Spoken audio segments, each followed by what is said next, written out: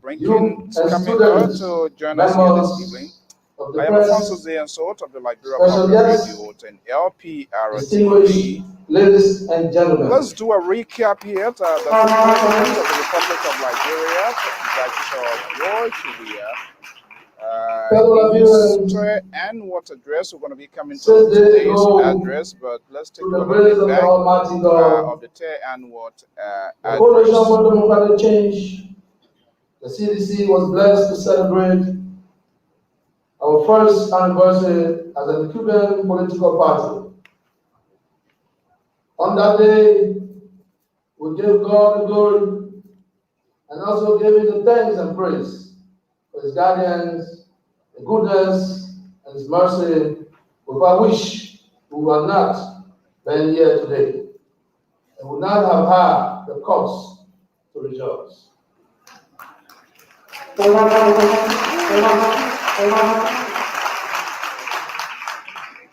as we gather here in fulfillment of my constitutional mandate to deliver my annual message, may I ask you to rise for the moment of silence. We are trying to do a little bit of retrospect. That was the tear and what message. We're going to be coming to today's message. We'll try to compare and contrast and I'll be able to have a conversation. That's the President of the Republic of Liberia, Dr. George Weah, in his third annual message. Let's listen. Thank you. Madam Vice President, Mr. Speaker, Honorable Pro Tempore, honorable members of the 54th Legislature, as it began. Honest, I say we are trying to recap now. What is playing is the third annual message. Probably you are looking at the suit that he's wearing apparently, but that's the third annual message. We're going to be coming to the fourth annual message that was delivered today, okay? And before the Almighty God to uphold our Constitution and to preside over this government and this country to the best of my ability. This includes, among others, ensuring freedom of speech and by extension, freedom of the press, freedom of assembly, revitalizing our economy, rebuilding our infrastructure, providing protection for our people, and ensuring respect for the rule of law. On this auspicious occasion, so there you have it. That was the 10th annual message delivered by President Dr. George Weah to the Liberian people. That was the last one. But today he, in continuation, the fourth annual message, my guest is standing by. Try to put it into perspective, look at what he said in the past and what is he saying now. So what is the difference? Is there any significant improvement? These are things that we're going to be putting into context, hopefully. And I can tell you, it is not possible to come to a full conclusions of everything today because the speech today was very, very lengthy. If I was doing the speech writing of the president, I don't think I want to do that. That just make the president, especially when you have a foreign guest. Sometimes you just do it 10, 15 minutes. That should be sufficient because what that does, you just condense, summarize the major happenings.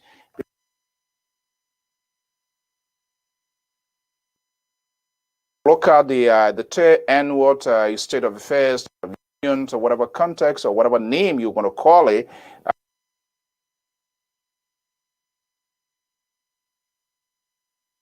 By President, His Excellency Dr. George Weah, courtesy of our sister network, Spawn TV. They were there today, and so let's go right there.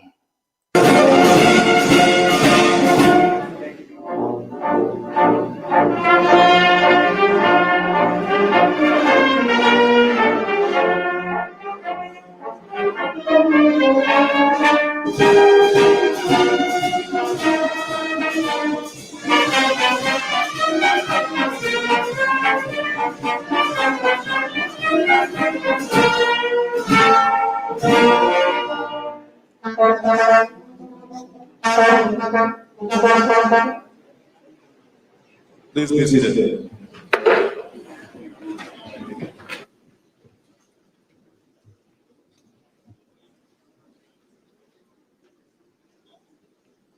All right, let's see here. Hopefully, we're gonna get it moving.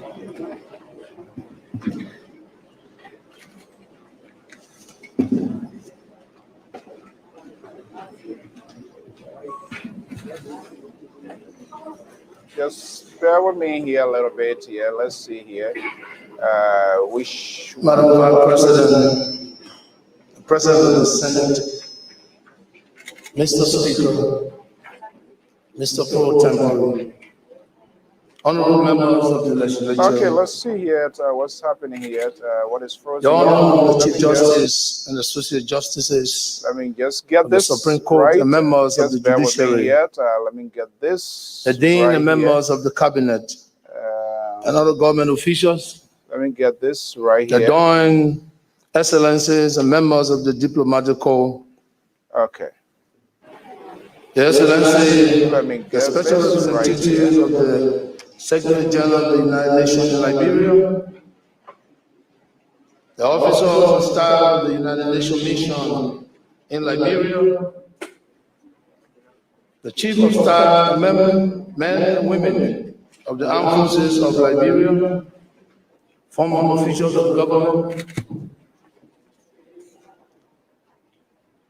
traditional leaders, chiefs and elders, political and business leaders, religious leaders, officers and members of the National Bar Association, labor and I know most of you listen to this. Let's have a conversation. I'm going to pause it right now. For most of you to listen to it, it's all our Spoon TV and all of our network in Liberia. Today it did air the state of affairs, the state of union, if you will, to call it, by the president of the Republic of Liberia. To listen to it lengthily. As well as the past one. But let's see here. Let's have a conversation. And I think we want to do a less talking today. This evening, my guest is standing by. George. Amos George is our senior contributor of the Liberia Public Radio and LPR TV. And of course, we're going to be having you, our listeners, for those who listen to us. Let's give you a objective analysis of the session. Relative to the speech today and what we make of it. I am Afonso Zienso, sitting in here for the Liberal Progressive Samson Branto, who is bereaved and is unable to be here today. Welcome to this program. LPR presents the President of the Republic of Liberia and what state of affairs to the people of the Republic of Liberia and members of the National Legislature. It was today in the nation's capital of Monrovia. We're going to put it into context. You're going to form part of the conversation. What you make of it, what you heard. Was there any new thing? Is there something that you specifically you took away? Was there any disappointment? What did you think the president's left out? What was it deliverable today? All of these and many more are going to be part of our conversation here this evening. Stay tuned.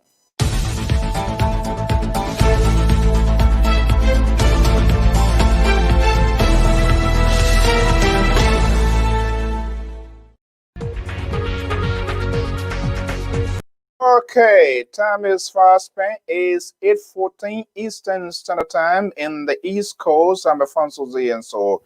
Right here, welcoming you today. The building you see behind me there, that's the building in the house, the 103 men and women of the other branch of government, the National Legislature, where the president, on the virtue of our constitution, goes there every Sunday of was Monday of January. To give what we call the state or the state of unions of the country from the fiscal year for the fiscal year. Let's put it into context here. This evening's other major international news: Sri Lanka is now, it's crazy. Sri Lanka now is carrying out what they call criminations of people that die from COVID. So if you're in Sri Lanka now, if you die from COVID, the crimination burn your body. That's what is taking place right now in Sri Lanka. So it's just crazy. A lot of things happening across the globe. Let me bring in Amos George, is our senior contributor of the Liberia Public Radio and LPR TV. And believe me, we're going to be putting the number out here so we all can have a conversation. It's not only my country, it is your country, it is our country, and so we must give it authentic and objective conversation. It has to be saved. That's the only way we can do that. Let me bring in Amos George here, who is here this evening joining me. Yeah, we got Mr. Amos George is a senior contributor of the Liberia Public Radio and LPR TV. Uncle P, the man from all of the 15 political subdivision. Most welcome, so Frida and all of our folks joining us for the first time. President Dennis, welcome as well. Okay, so Pa George, good evening. Yes, sir. How you doing? Okay, good. By the grace of God, we are doing okay, and good to be here.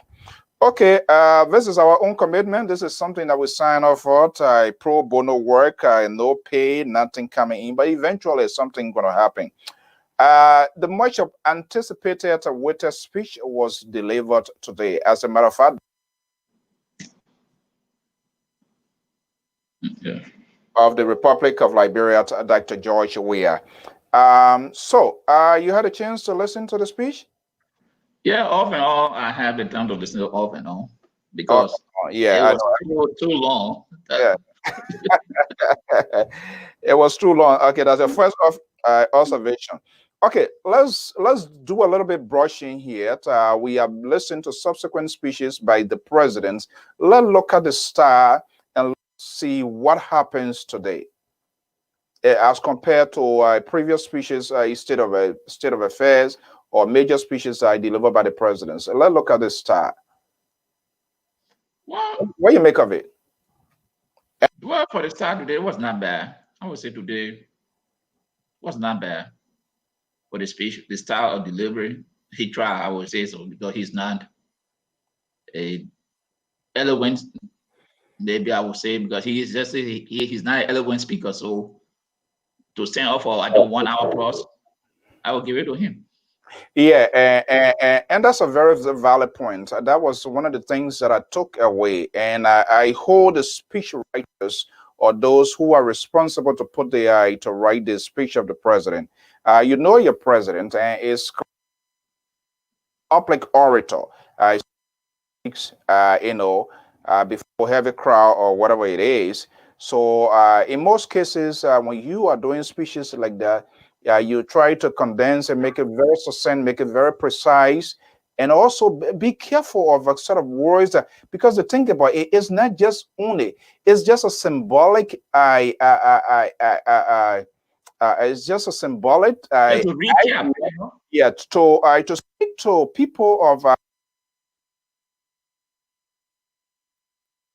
but in reality, the president is speaking to the nation, to give the nation or to tell the Liberian people the overview of some of the good things or some of the things that the government went through, and put it into context. So you have to be very careful words that are put in there so that the president can fluently get it flow. So I hold those people who did the president's speech to write such a lengthy. It's very long, very lengthy speech. The president was yelling, like somebody is sleepy. I'm not saying he was sleepy, but that's my own critical analysis, and I think they should have done well to that. And second, the AD came to the president should be the one to stand right behind. Let me just put this up here, and so that the people will see here. You see the guy right there. It's not an AD. That's a security personnel. He should not be standing right there. The guy you see in there in the navy blue suit is a special security service personnel to the president. He should not be standing there. It should be the AD can. If we were to go back to the last one, you're going to see the AD can. Everywhere you see people speak, the security guy could be there, but he should not be visible. He should be somewhere strategic to observe, to watch the movement in the house. That's his job. But the AD Kim is the one that should be there to take the bullet, for example. It was an unfortunate situation there. I just want to make that coming. Go ahead. But you see, Mr. So, government is an institution. There are protocol, there are norms that govern these institutions, these offices. But today in Liberia, none of those things are observed. Because as you said, the aide is the one who's supposed to be there when the president please me to immediately take that speech right from that podium to take it from right there. That's the aide. He's not supposed to walk there. No, he's supposed to be right behind the president. But again, as I always that's Liberia. Everybody come with your own style. So the chief of security is the one and the aide can to the man. He's standing right behind the president. No, he's not supposed to be there. It's the aide kind of supposed to be standing right behind the president. You know, bring that speech, put it right there. When the president folds up and usher the president in or walk to leave the podium. But again, it's Liberia and everything is changing. So it's a new day in Liberia. So you cannot, maybe all these things we're talking about, again, they will say every little thing will criticize the government. But these are protocols. They should be always observed. If it is not observed, someone has to talk about it. And this is what we're doing tonight. Yeah. Listen, I'm here, but I also reached out to a friend and brother, Solo Caberto, who is the presidential press secretary, former schoolmate. We all graduated together, and telling him, I say, hey, this is because what I have of political differences or political difference with the president. That's not my job. My job here is to facilitate to have this sort of a conversation.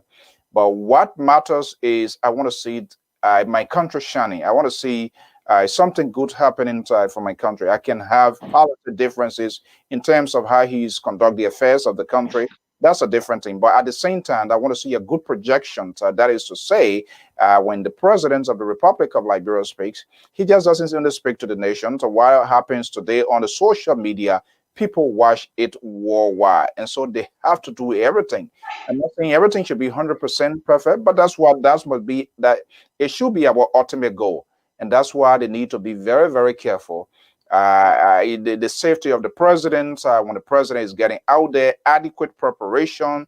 I do some rehearsal and all of that. And people will say, well, people are cherry picking this even years because he's my president and he's the president of the Republic of Liberia. So anything that he did that brings pride to the country, we must do it. When it comes to politics, we can beat him down. That's it. But they would take into that. The ADKM should be the one to be raised by just what you said. If you watch that, for those of you that saw that today, the guy that the president, they were in a conversation, all of that.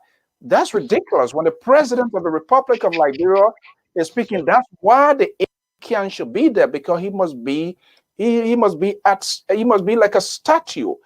His every moment of him must come to a halt. You can't be the president speaking, you want to talk to people, you want to do that. No. That's why it is very much important. They are human beings too. They can get tired. So you're not going to have a person posted there like a statue to be there for 2-3 hours speaking because you want the message. No, that's not it. And I observed that today. The guy was running out like, oh no, this guy, first of all, he shouldn't have been down there. It is the work of the ADKM. Immediately after the president ends his speech, can proceed to the podium, pack everything, and you pass it over to the communication people and place into an archive. Because when one that is done, put into the archive. But that did not happen today. Okay, hopefully. So let's put on our liberalization policy and think about the country. But what I didn't see too, maybe it is out now, and I've been looking forward, even though I heard samplings of interview here and there from other people. But have you seen any official statement from the opposition with respect to what the president said today? No, I have not read or heard any response yet. Maybe they're waiting tomorrow to respond, but I have not heard anything yet from the opposition officially. Maybe some pointings or saying something. I heard some other pointings saying something, but I have not heard from the official opposition yet. Okay. But the reason I'm asking here, and this is where the preparation, they are collaborative. There are 4 political parties put together. If they are to hold this government accountable, we must equally hold them accountable. News is something that is instantaneous, something that is happening at once. Now I'm the president speaking, and you want to come out after 12 hours, 14 hours, it's no longer the news. So looking at this sort of being at this sort of critical junctions and knowing fully well that the president going to be speaking, I thought like where here usually when the president, depending on the ruling party, when the president is given the State of Union, the oppositions or the other ends of the world, other side, they will select somebody. It can be a congressperson or something like a governance, depending who is ready. I thought that was something what happened today, but that did not happen. Even though I listened to a little bit of Senator Nyombli Kanga Lawrence, but I'm not sure whether that's the view of the opposition community or that's the view of the party. That's what I'm not sure of that. Do you think so? No, I don't think so. Because what I anticipated was that I thought the opposition would have gotten somebody waiting right away, right after the president's speech to respond immediately. But then I have not seen anything. So maybe Yomlin or Senator Yomlin, I don't know whether she was speaking in her capacity as someone who was there. I don't know. But I think the opposition today would have responded immediately after the president's speech ended. That's how you're supposed to do it. So we give them great point if we were to come out tomorrow, because today is the news making day. Today, Liberians far and near, their ears are all out there to hear what the president going to say. And I also anticipating how the oppositions will receive that statement to draw the contrast if there's any, but that did not happen. That's a disappointment. And this is where the problem is, because all of these people, they must be ready to govern. It's not just only like talking and talking and talking.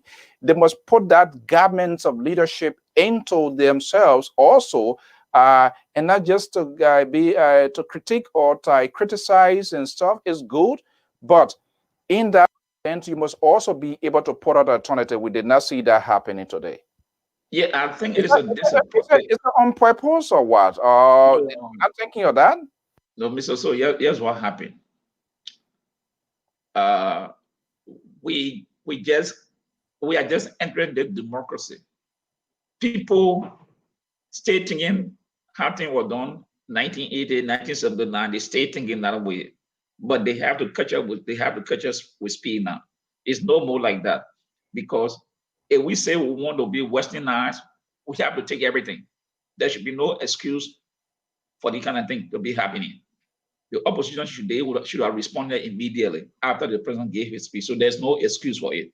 It's just pure, I don't want to call it negligence. Are they waiting for Mr. Costa to give an analysis? Because that seems to, I'm not sure whether he's the spokesperson of the opposition, the CPP, but he holds a very big, huge platform, is indisputable. That's something anybody cannot deny.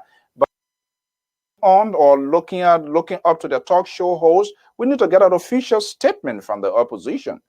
No, they cannot rely on any talk show host or any pundit that had not been designated by them.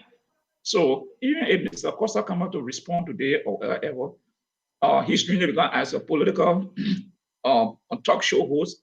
He's responding to the president's speech. He's reacting to the president's speech. So I don't think he'll be doing it in his capacity as member of the COP. In fact, I think Costa said that he's not a member of the CPP. He's head of the COP. So if he's speaking, he might be speaking in that capacity, but not as member of the opposition. So there's no way anybody from the leadership will say, "Oh, this person was designated to speak on our behalf." I think it was just a big blunder on their part. And I think they should learn a lesson from this. They should be prepared when the president is making a major speech. They should be prepared to respond prior. Because everybody paying attention was at the speech of the president. So tomorrow you're speaking, who going to listen to you? The news gone. Right. Yeah. So there's no. I like news. if it comes tomorrow, I see that as a commentary, and this is the lack of preparedness. I also always frown on the opposition. They do not think ahead of the game, and so it's just not just all about to criticize, because usually what we see here, and which is a traditional, and I kind of understand probably our folks they do not used to it. So when you see this sort of major speeches coming from the national leader, you see it, there's a preparation to say, okay, this is a person that's going to be responding, or this is a person that's going to give our response on behalf of this group, because they're going to make sure that okay, that did not happen. Okay, so let's go into it. Let's go into today's here. Let me make sure my mic here is okay as well. All right, good. So let's see here. I have the transcript here of the president speech that was very limited, like you said. Let me just catalog then some of the things. There are, I believe, 9 or 8 major things the president talks about today. Um, let's see here, and like I said, we're going to open our lines to ordinary Liberians, whether you are in the oppositions, whether you support the agenda of the government, which is okay, but we just call for civility, your language, the tone. It must be respectful. We demand that, highly demand that here on the Liberia Public Radio. Is part of our core values. It's what we stand for. We respect people's views, opinion, and their assertion. Okay, this is the bold point that I took away from the president's speech here. And I will go right back to the number 10 person in government of the Republic of Liberia, who happens to be Speaker Buffer's Chamber. I believe the third or fourth paragraph in the president's speech. Mr. Speaker, we want to remind you that there are bills pending before you that are important to the developmental agenda of the government. As you begin the fourth sections of the 54th legislature, we urge you to kindly consider the Tamiya's passage. So this is precisely the president is pushing, right? One, whistleblower and witness protection bill. Two, the anti-money laundering, terrorism financing preventive measures and proceeds of crime act of 2019. A revised public health law of Liberia, the conventions of mutual administrative assistance in tax matters, an act to establish the Liberia Standards Authority, an act to establish the Civil Service Commission, the revised and restated charter of the University of Liberia, the International Solar Alliance ISA framework agreement, Maritime Zone Act 2020, and an act to endorse the National Youth Policy of Liberia and agenda for action. Okay, these are the bullet points the president projected, put forward to the Liberian people, and the government quest or the government fight against the virus. If you listen to this, and for the most part, the one that you listen to, I'm trying to find this word. There was a specific word the president that was used today. I'm trying to get that here. Okay, I'm mandated by the Constitution to report to this August budget on the state of the Liberian economy, which should cover expenditures as well as income. According to revenue to receive for the calendar year under review was 653.9 million US dollars. The amount comprises 475.5 million US dollars in domestic revenue and 178.4 million US dollar in extended resources from the development partners. Total expenditure for the same period amounted to 606 million US dollars. So let's look at the package from WFP The president, in his speech today, when I got him right, pretty close to 1 million people were benefited, but did not get the full context, who are the beneficiary and how this exercise, that's something, one of the things the opposition frown on, and other ordinary people also spoke against as to how the COVID package or stimulus that came, as to how it was used. Do you think the government of Liberia articulated that perfectly? No, Mr. So. And again, this is why people, my institution brothers and sisters, will say, I don't like the government, but that COVID thing is a decimal failure. Reasons. The numbers the president gave, Mr. So, you and I know. When Wilson Tapper went to the national legislature, could not even say these numbers. And he was chairman of that committee. Could not even give the number of people. Now, I think if I heard the president today correct, he said they gave the WFP $25 million for the food distribution. And he said 5 counties had not yet benefited. He talked about Sano, Maryland, Grand Cru, up that area. They had not benefited. Now, you and I benefited from the food in Maserati, Maigibi, Bomb, Basel. How many people? And the president just came out with this number like these are the people who benefited from the COVID release.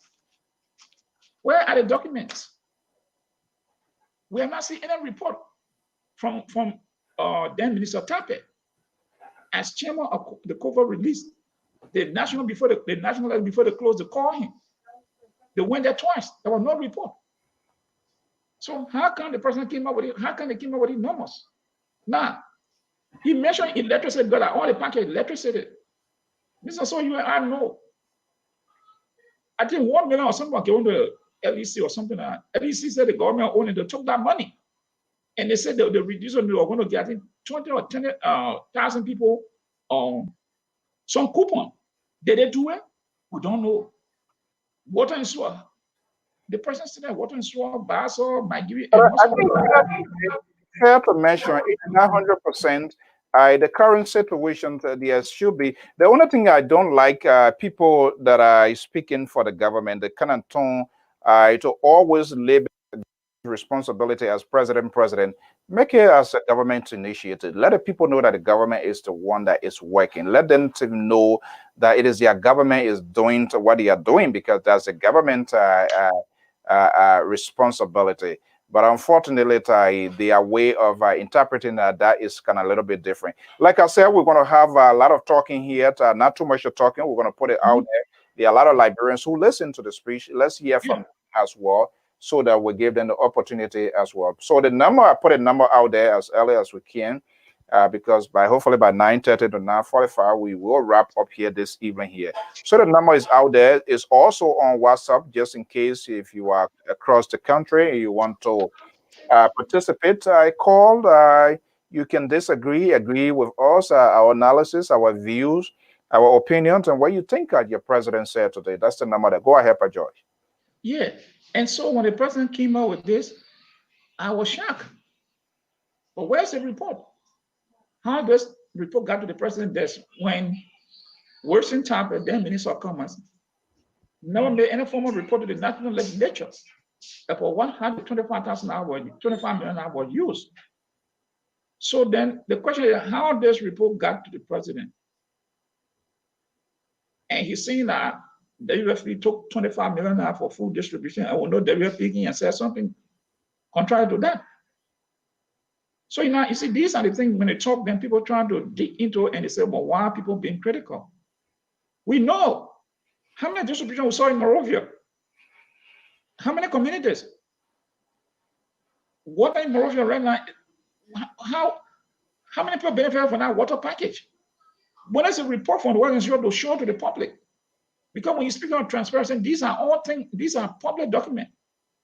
What Water Institute report to show how many people receive that water, the water ration, compensation during the Ebola time. How many people? Where Water Institute report? What is the LEC report that will say these are people that did receive the current? Where's the report from LEC to the public? Right now, I think the host still talking about the same 25 million that there have been no accountability. But then the president incited to the president's speech that these were people that benefited from the COVID-19 relief. How can that happen? What's the responsibility of the member of the House of Government as well? Because I remember we talked this thing here prior to this. People that were put in charge, Finabono, Mary Broad, the former city corporation mayor, and all of that, and we saw there was a lot of back and forth there. The role of Finabono being a special AD to the president, whether she was going to, I mean, as a logistic person, what are that sort of transparency? I'm not sure whether since then, whether there have been like a report, and if there's a report as to where can we obtain that. I don't think that has happened. Yeah, but these are the things, and I think I'm on tape for that. I said it before. I said it on the show that Finabono, Mirabro, we're not going to see any. I said that was a recipe for corruption, and they were reporting directly to the president. But yeah, it's the thing. The government is accountable to the Liberian people, and that is the Liberian people money. And your message, fine. But where is the report to the public for consumption to do their own assessment, to see how this money was, how the team handled the money? Nothing. Nothing. And that's why when they were naming all these people, I said there was a room for a corruption. And exactly this is what happened today. Who can come out? What agency can come out and give you a clear analysis, financial report of how the COVID-19 relief was dispersed? Nobody can give you anything. Nobody. Then, but the president is speaking about transparency. How can you speak about transparency when you have agencies that cannot report anything to the public? What is the transparency you're talking about? Eh? You may mention $87 million, $14 million, $10 million. All the money came to help to fight the COVID-19. So what happened to the money? How this money was used? You borrowed $25,000 for COVID relief. How that money was used? Who are the beneficiaries? We are not seeing. We saw a few people somewhere. That was it. Then Western Time said it was rain season, so they could not distribute the food. They could not go in the rural area. It was not accessible. But the president said today by March the distribution will be ending. Really? These are issues. When the government is speaking about transparency, this is where it starts from. The government must set the rules. If they cannot make it, ordinary citizens would not abide by it. So this whole COVID release thing, for me, just a waste of time. Some people are just getting rich out of it at the expense of the Liberian people. Will we get any answers, tangible answers at the end of the day? Does anybody have the guts to push forward to get some answers, do you think? Well, maybe we have to wait and see, because before the legislature went on the break, so the governor were asking for this report. So maybe send it back again. We don't know whether they will continue to ask for the man report, or it will just die down again. As normally it's Liberian, they say after 3 weeks, it's going away, forget it, people forget it. So maybe it's one of those things again. Probably. Okay. The president emphasized today on transparency, accountability, and there was a specific word that he used, and I really wanted to quote him directly, and that has to do with not allow his government to slide. There was a word that he used. I'm trying to look at the transcript here to see whether it is reflected in that. But I am concerned. Even with the printings of the morning, the president argued that he's calling on the lawmakers to have that to pass so as to alleviate the financial burden. But I'm wondering whether it's a long-term goal or is it a short-term goal strategy here for the government to neutralize all of the talking drums out there, all of the talking here, because we have gone this route before, printed money, put money out there with the hope to get the liquidated money out of the market. That has not really bear out fruit as we anticipate to be. Now, the president or the government is now, according to him, the National Bank, the CBO is making the recommendations, and he is in line with that recommendation to call for almost 27 billion Liberian dollars to be printed. Is that a long-term solution, or just an interim solution that they are trying to do, and then after 1 year, 2 years, we'll come back? I think they should be looking at a long-term goal to put this to a rest once and for all. Mr. So, I'm not a financial expert, but let me just say this. If you don't identify the problem, how can you solve the problem? I heard the president speaking about money not on the market. Well, here is the question. What is causing the money to disappear? Thank you so much. That's what I like our people. He used no room for error. Thank you so much, Edward. Yes. And I will go ahead, and I'm going to bring it. Yeah, you have not identified the problem why the money is disappearing from the market. Then how can you print another money? $4 billion printed, it disappeared from the market. I think same person working the party have printed, I think, close to $19 billion, Liberian dollar, but it's not on the market. So here's the question: why you want to print another 27 more billion dollars?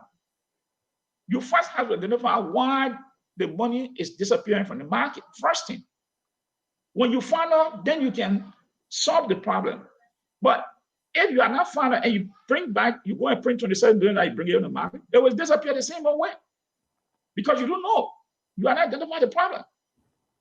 So the question here now, let the bank governor and the governor of Liberia explain to the Liberian people what is the cause of this money disappearing from the market. Where is this money?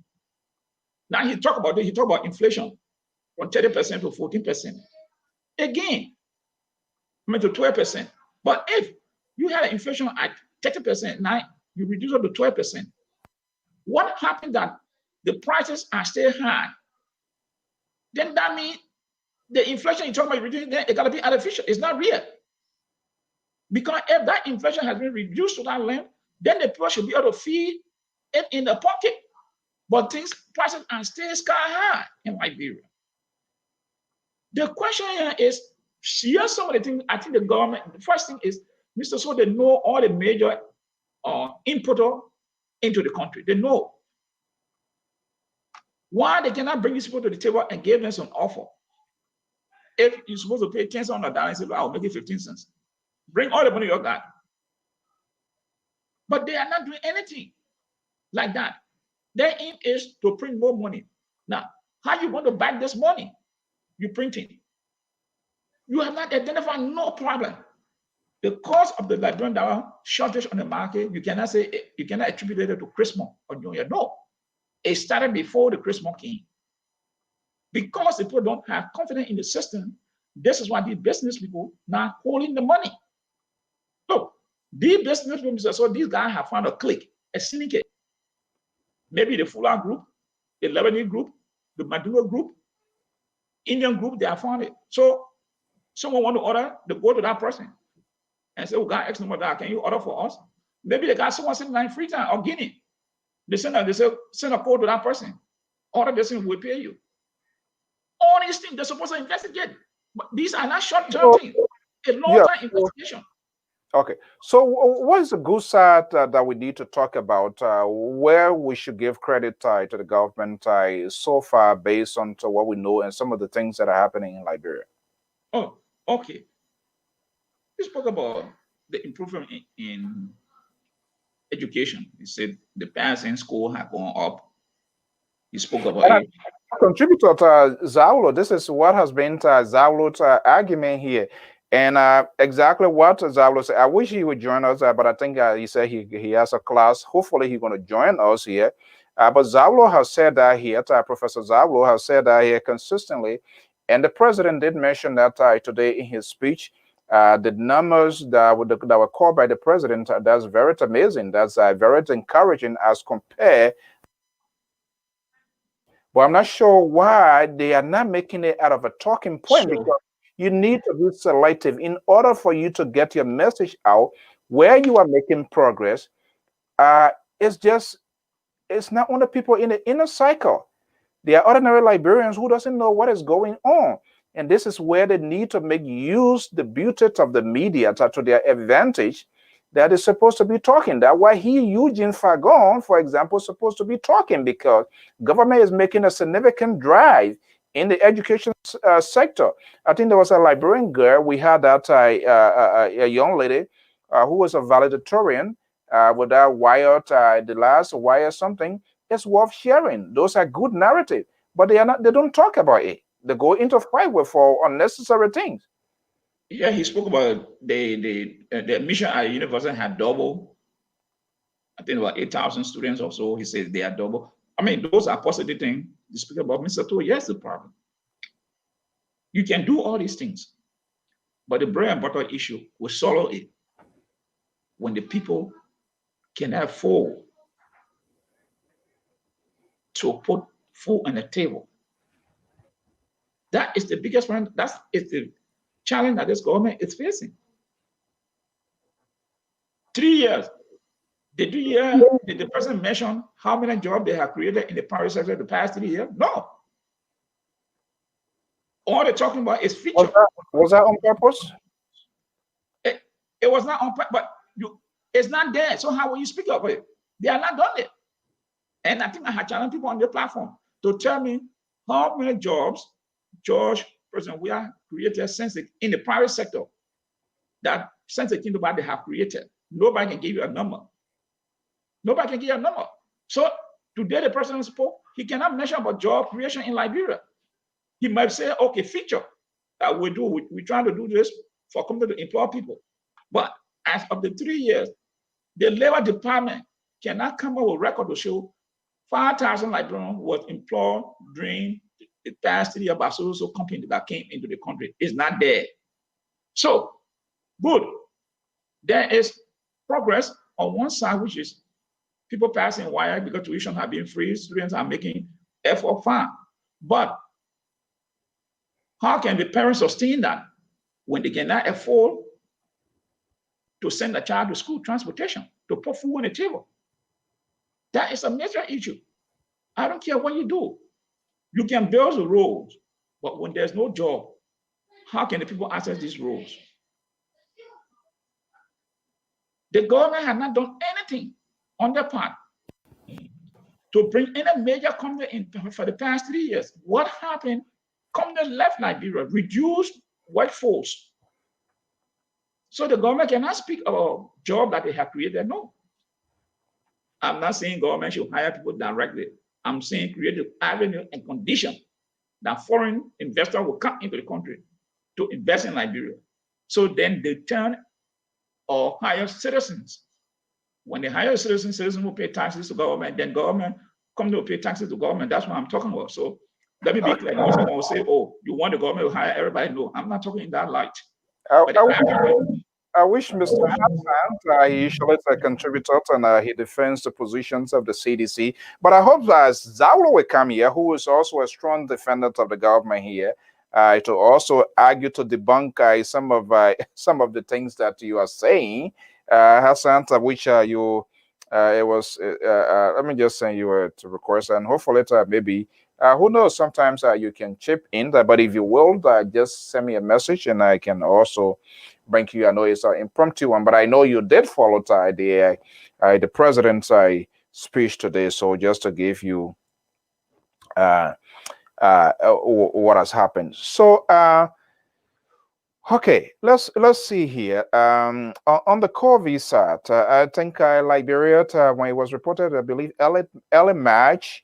Okay, let's come to this war here, where the president said he used no room for error. What exactly was the president saying? I do not understand where that line came from, no room for error. I do not understand what he meant by that. So I don't know the sentence that came before or after that. So I don't know where he spoke, what he meant about no room for error. I don't know. Because No, because I'm I'm still wondering. wondering, was there an error? And if there was an error, what was the error? What do we need to know? What was the error made?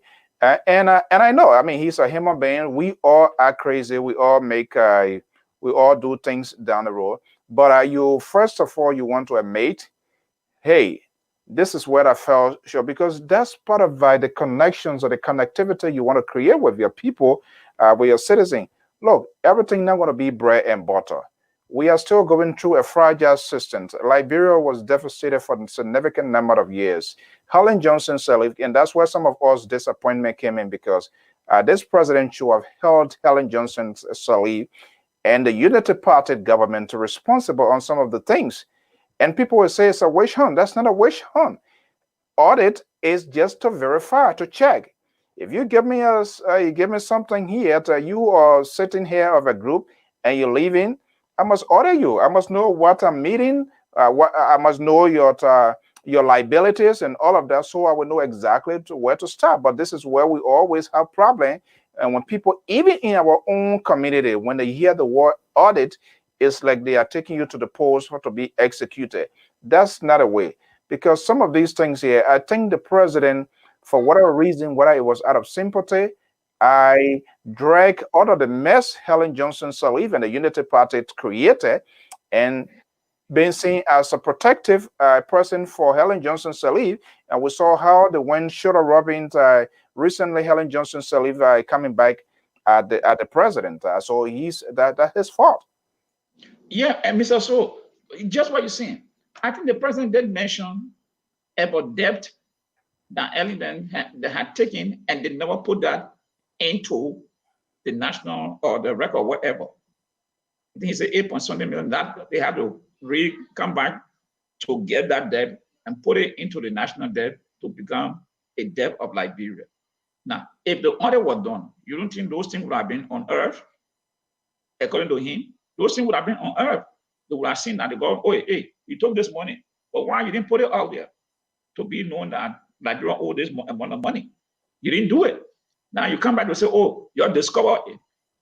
Hey, but these are the things we say audit the past government. Because when you audit the government, you will see all these, you will see maybe 80 or 90% of these things. But you didn't do it. Now you come out to tell us, they took money and that was not put into the national debt. Now it's been put there. Is that an excuse? No. And look at, it's about 8.something billion that they talk about. Now today, President Weah, they have taken about 7.something billion dollars. So the total debt of Liberia is 1.5 billion dollars. Just in 3 years, he almost using close to what Ellen took. So these are things that some of us have been seeing. Audit the past government is now witch hunting, but they didn't do it again. And I must commend them because I see they are now putting street lights up in Monrovia. It's a good thing on the part of the government. Must commend them for that. Street lights are being put up. But one other thing that I had issue with the president, I don't know, maybe you listen to the full speech. The president didn't mention about a fire victim in Point 4.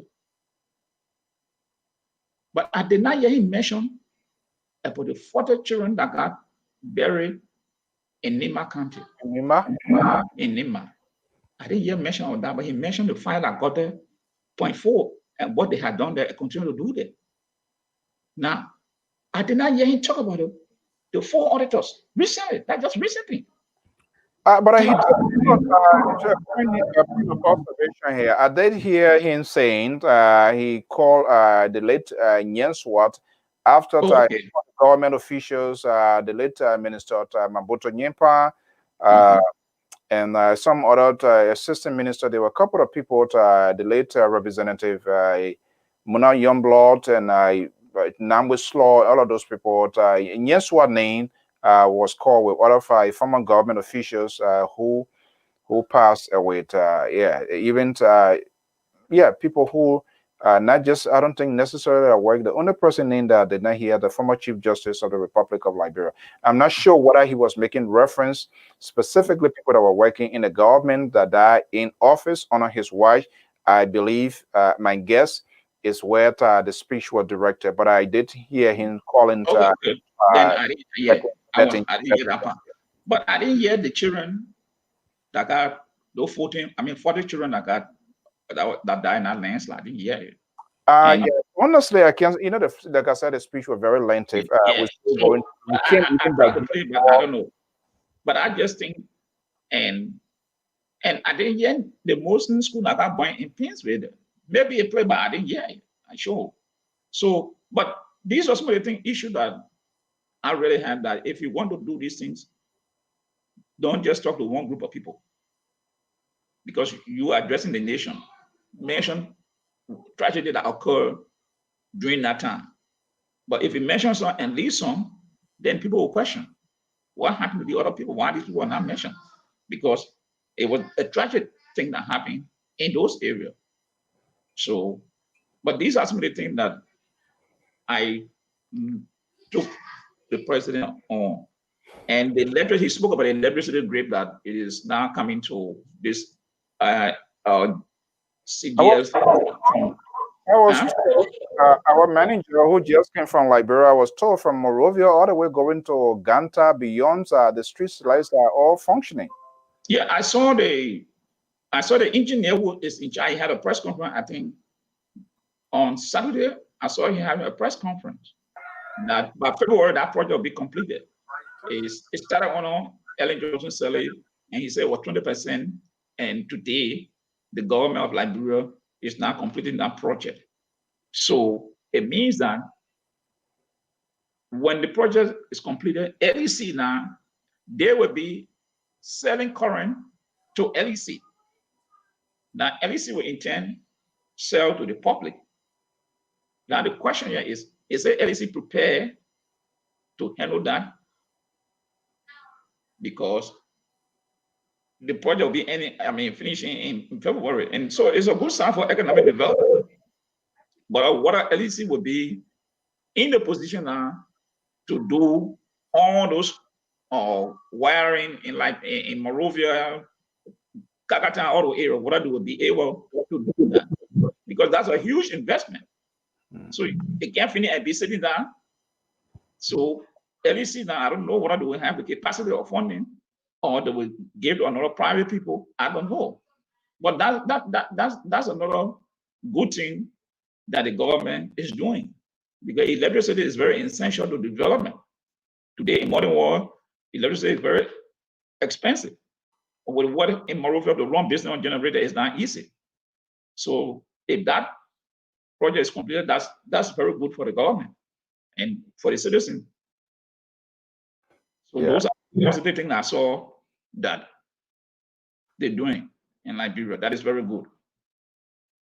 Okay, yeah, I think, and I like how you put it, because we must also give it, I want to do it, when they are not doing the right thing, we must talk about it, and where we see the president is making it. Okay, this is a video that is released.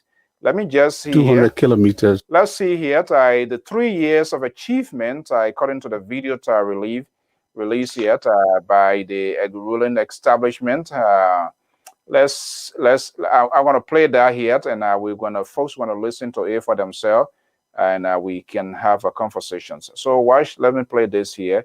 That was just released by the establishment. Some of SendWave is really amazing. It's convenient. Let's see here. This it's safe and it's so cheap. For a positive growth, the projection was maybe near 1% of GDP growth in 2020. But then COVID came, so we took another hit.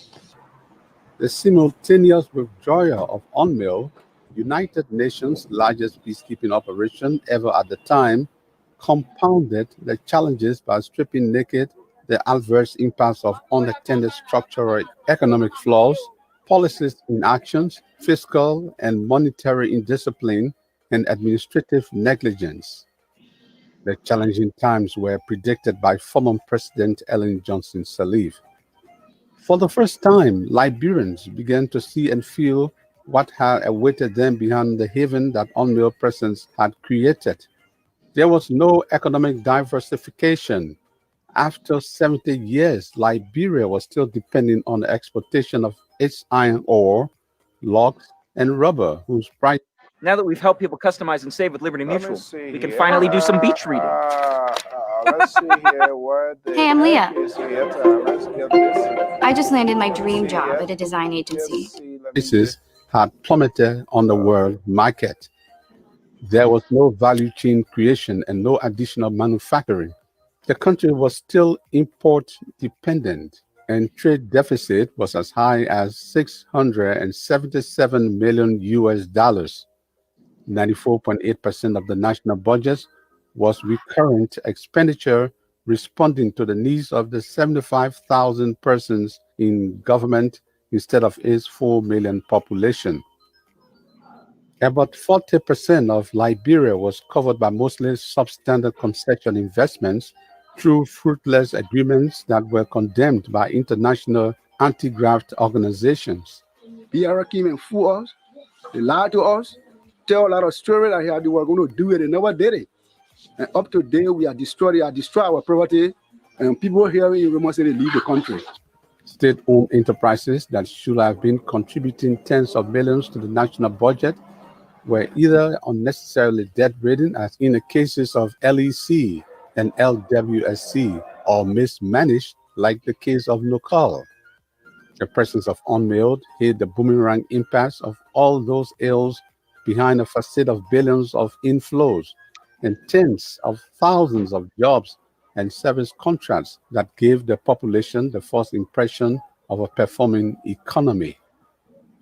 Despite the pressing challenges, President Weah, similar to his exploits on the soccer pitch, praised himself and is surmounting the challenges, going beyond expectations and proving his critics wrong. In less than 3 years, he is squeezing water out of rocks to reverse his country's situation at a pace that matches the full 6 years presidential term of an average president. Liberia had a total road network of about 12,000 kilometers, but for 170 years, only 771 kilometers of roads were paved, while the rest of the road network remained unpaved. President George Weah's government has accelerated the pavement of over 200 kilometers of roads in 2 years, and he is progressing to 500 kilometers by the end of his first term, 2023. Infrastructure development remains the fulcrum, the agenda for prosperity and development. Mr. President has consistently indicated that infrastructure development is going to be the hallmark of his administration. Not only has Mr. President indicated this, he has practically demonstrated his commitment to infrastructure development, because all of us have come to realize that the road to development begins with the development of roads. Our country over the years, our country over many, many decades has suffered. The people of Liberia have suffered as a result of deplorable roads, as a result of bad roads. And so what this administration has thought it necessary to do is to build the roads of Liberia. So the president has said that he will connect Liberia to Liberians. He will connect our county capitals. He will connect our communities. And consistent with that, we are building the roads of Liberia, because through road construction, we will enhance agricultural development. Through road construction, the health sector will be developed. Through roads construction, through the development of roads, the educational sector will be enhanced. So we believe that this priority of Mr. President is not misplaced. And the people of Liberia have demonstrated their gratitude to Mr. President for emphasizing road construction.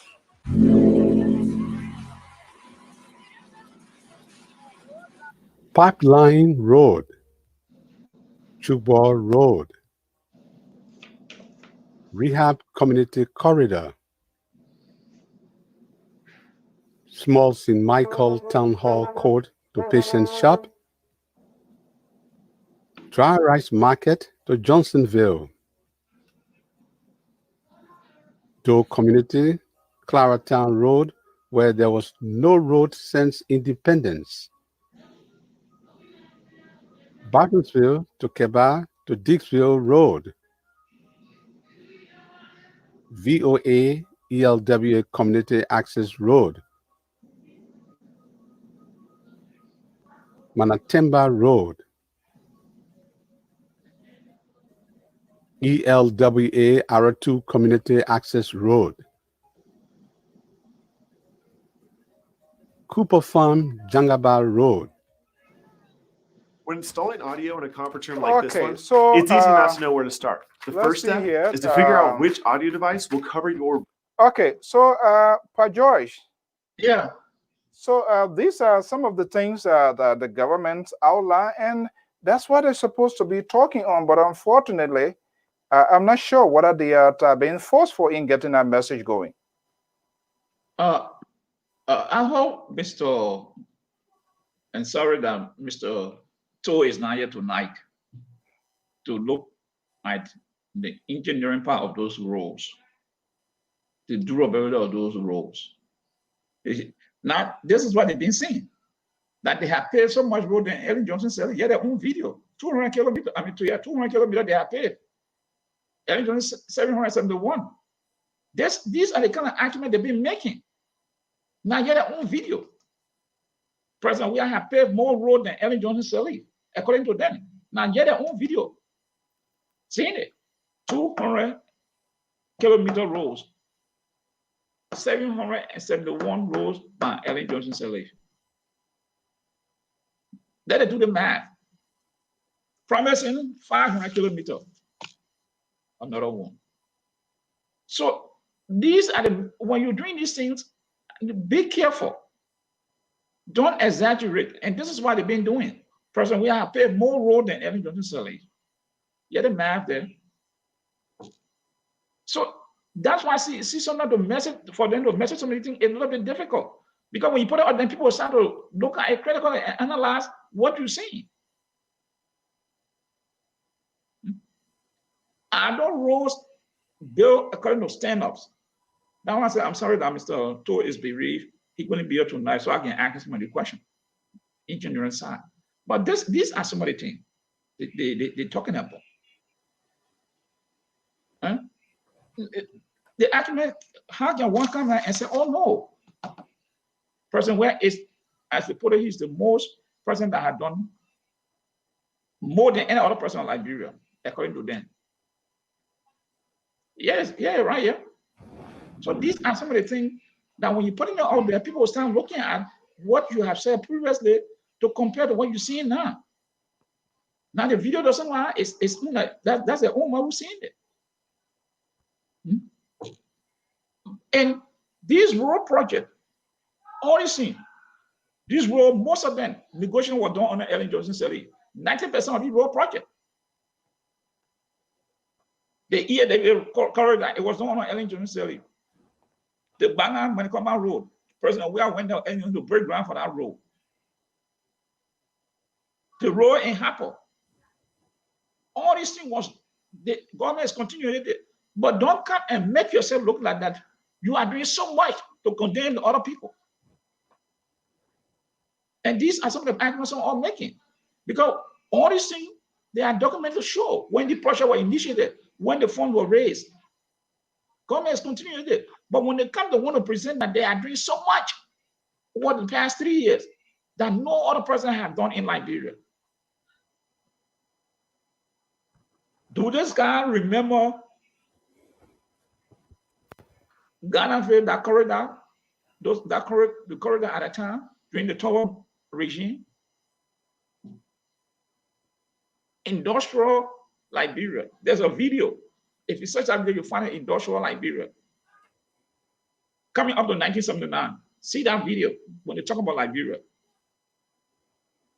That when they talk about shoe factory, chicken soup factory, iron factory, all things was in Ghana, right? All the names you see were factory at the time. So when people come to say that the person had done more than any other person, you try to wonder, where are these stories coming from? I would be realistic. Is the person trying here? Yes, but to assume that he had done more than all the presidents in Liberia. That's I think the jury is still in the air for that. You know, so these are things they're talking about. LEC, okay. LEC was 0. 3 years, where have we gone? On Weah. The water system, it was 0, 12 on 11. Get it? 3 years, where have we gone?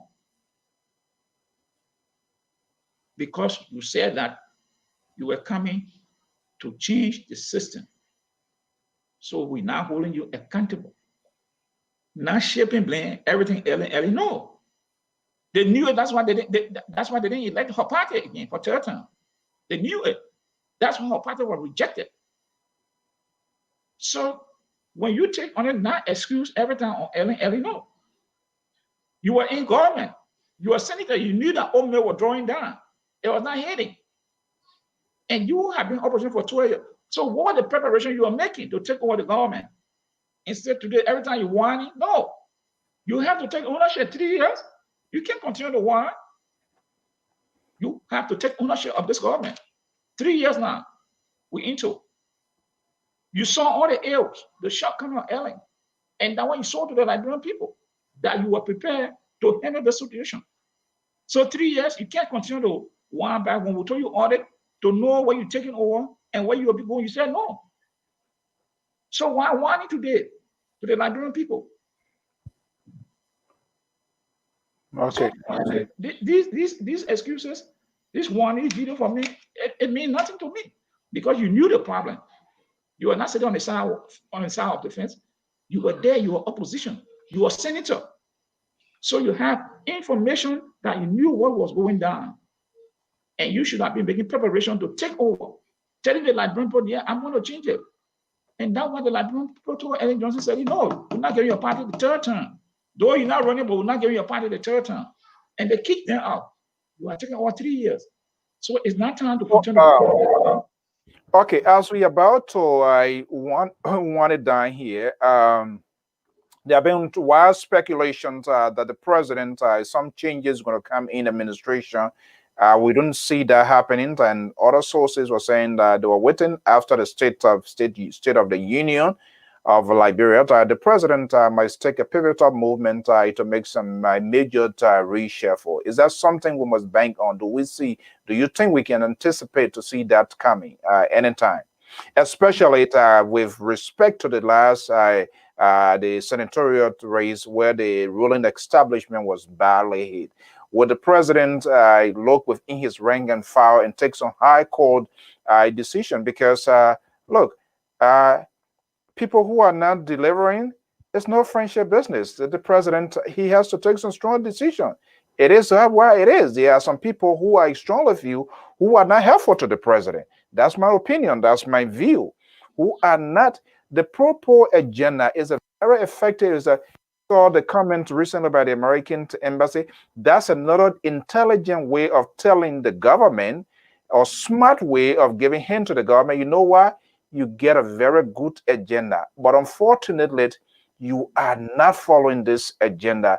That is, in fact, this whole thing came from United Nations, 2014. That's way back. This whole pro-poor stuff here. But you are not following this agenda, and there are people who are responsible for that, who are not being honest to the president. And the president should begin to really open her eyes to see those people. If they are not there if they are just there for themselves, instead of being to deliver for the country, he needs to let them go. Simple as it is. Yeah, well, Mr. So, and this is why I think just last week, Mr. Toh and Mr. Toh and myself were talking about it, the pro-poor agenda. This thing was not original make of the CDC. You know, when the came to power, we start asking before they came up with this document. There's something that happened from the UN. Okay, perfect. But because it did not originate from then, it was not assumed that the CDC funnel, it was not funnel, that was not part of the core value. That this is what we put together from the onset of this party. This is how we plan to rule. It was not like that. It was after the election. And the U.S. ambassador, just confirmed it. So it's hard. I get that. But in what you see, you are right. Will President Weah make that sacrifice to look at some people and say, you know what happened? I think it's time for you to go somewhere else, go and rest, maybe go into private life. And Do it, Sierra Leone style. Sierra Leone don't. What they did, I remember in Freetown when Valentine Strikers, when they overtrained, they didn't do anything. They say, you know what, you're going to go for compulsory leave study. Go study. They level you. What are you going to study or what are you going to do? That's it. And reassign, I think, or you kind of like slam your door. Any other government does that. It's a normal routine. Sometimes you reshuffle because that's the only time. Because people, the very people that are around you, they will test you. You see what is happening, and these are some of the things that we are talking. The very people who are around the president and history, I don't know what other people can forget. We saw that happening with the Turbo. We saw that happening with Doe, and the list goes on and on. And even yesterday, right here in the USA, the chief they call COVID-19, Dr. Briggs. What is he saying now to CNN? The president has a special people that are listening to. So those people today that profess to love the president, which of course they do not because they have been successful to use his popularity to get all of their riches and everything now and then, but they are not being honest to the president. If anything goes wrong tomorrow, they will say, we used to talk to the mayor, but he doesn't listen. That's when all of them will begin to come to the media and get the low off their head. And that's what we are saying. This is why the president needs to open his eye to see people who really support his agenda or those sycophants to let them go. Simple as it is. But what you heard today, I heard people were rejoicing.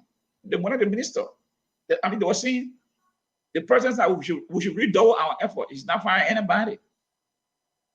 That was one minister was saying that the president just sent a message that we will redouble our effort. Now, 3 years, you can see all your shortcomings, and yet maybe I always say maybe he might do it, but I don't think. If I were advising the president, may his soul rest in peace, the late Minister of Public Works, Mambutu Nyempanta, because we had this conversation behind the closed door, and one of the things that he was talking about to make sure that highway. Imagine you have 6 or 5 counties within the southeastern belt there. All right. Even we're talking about people to go make fun, to go back to the soil. Where would the vendors take their produce?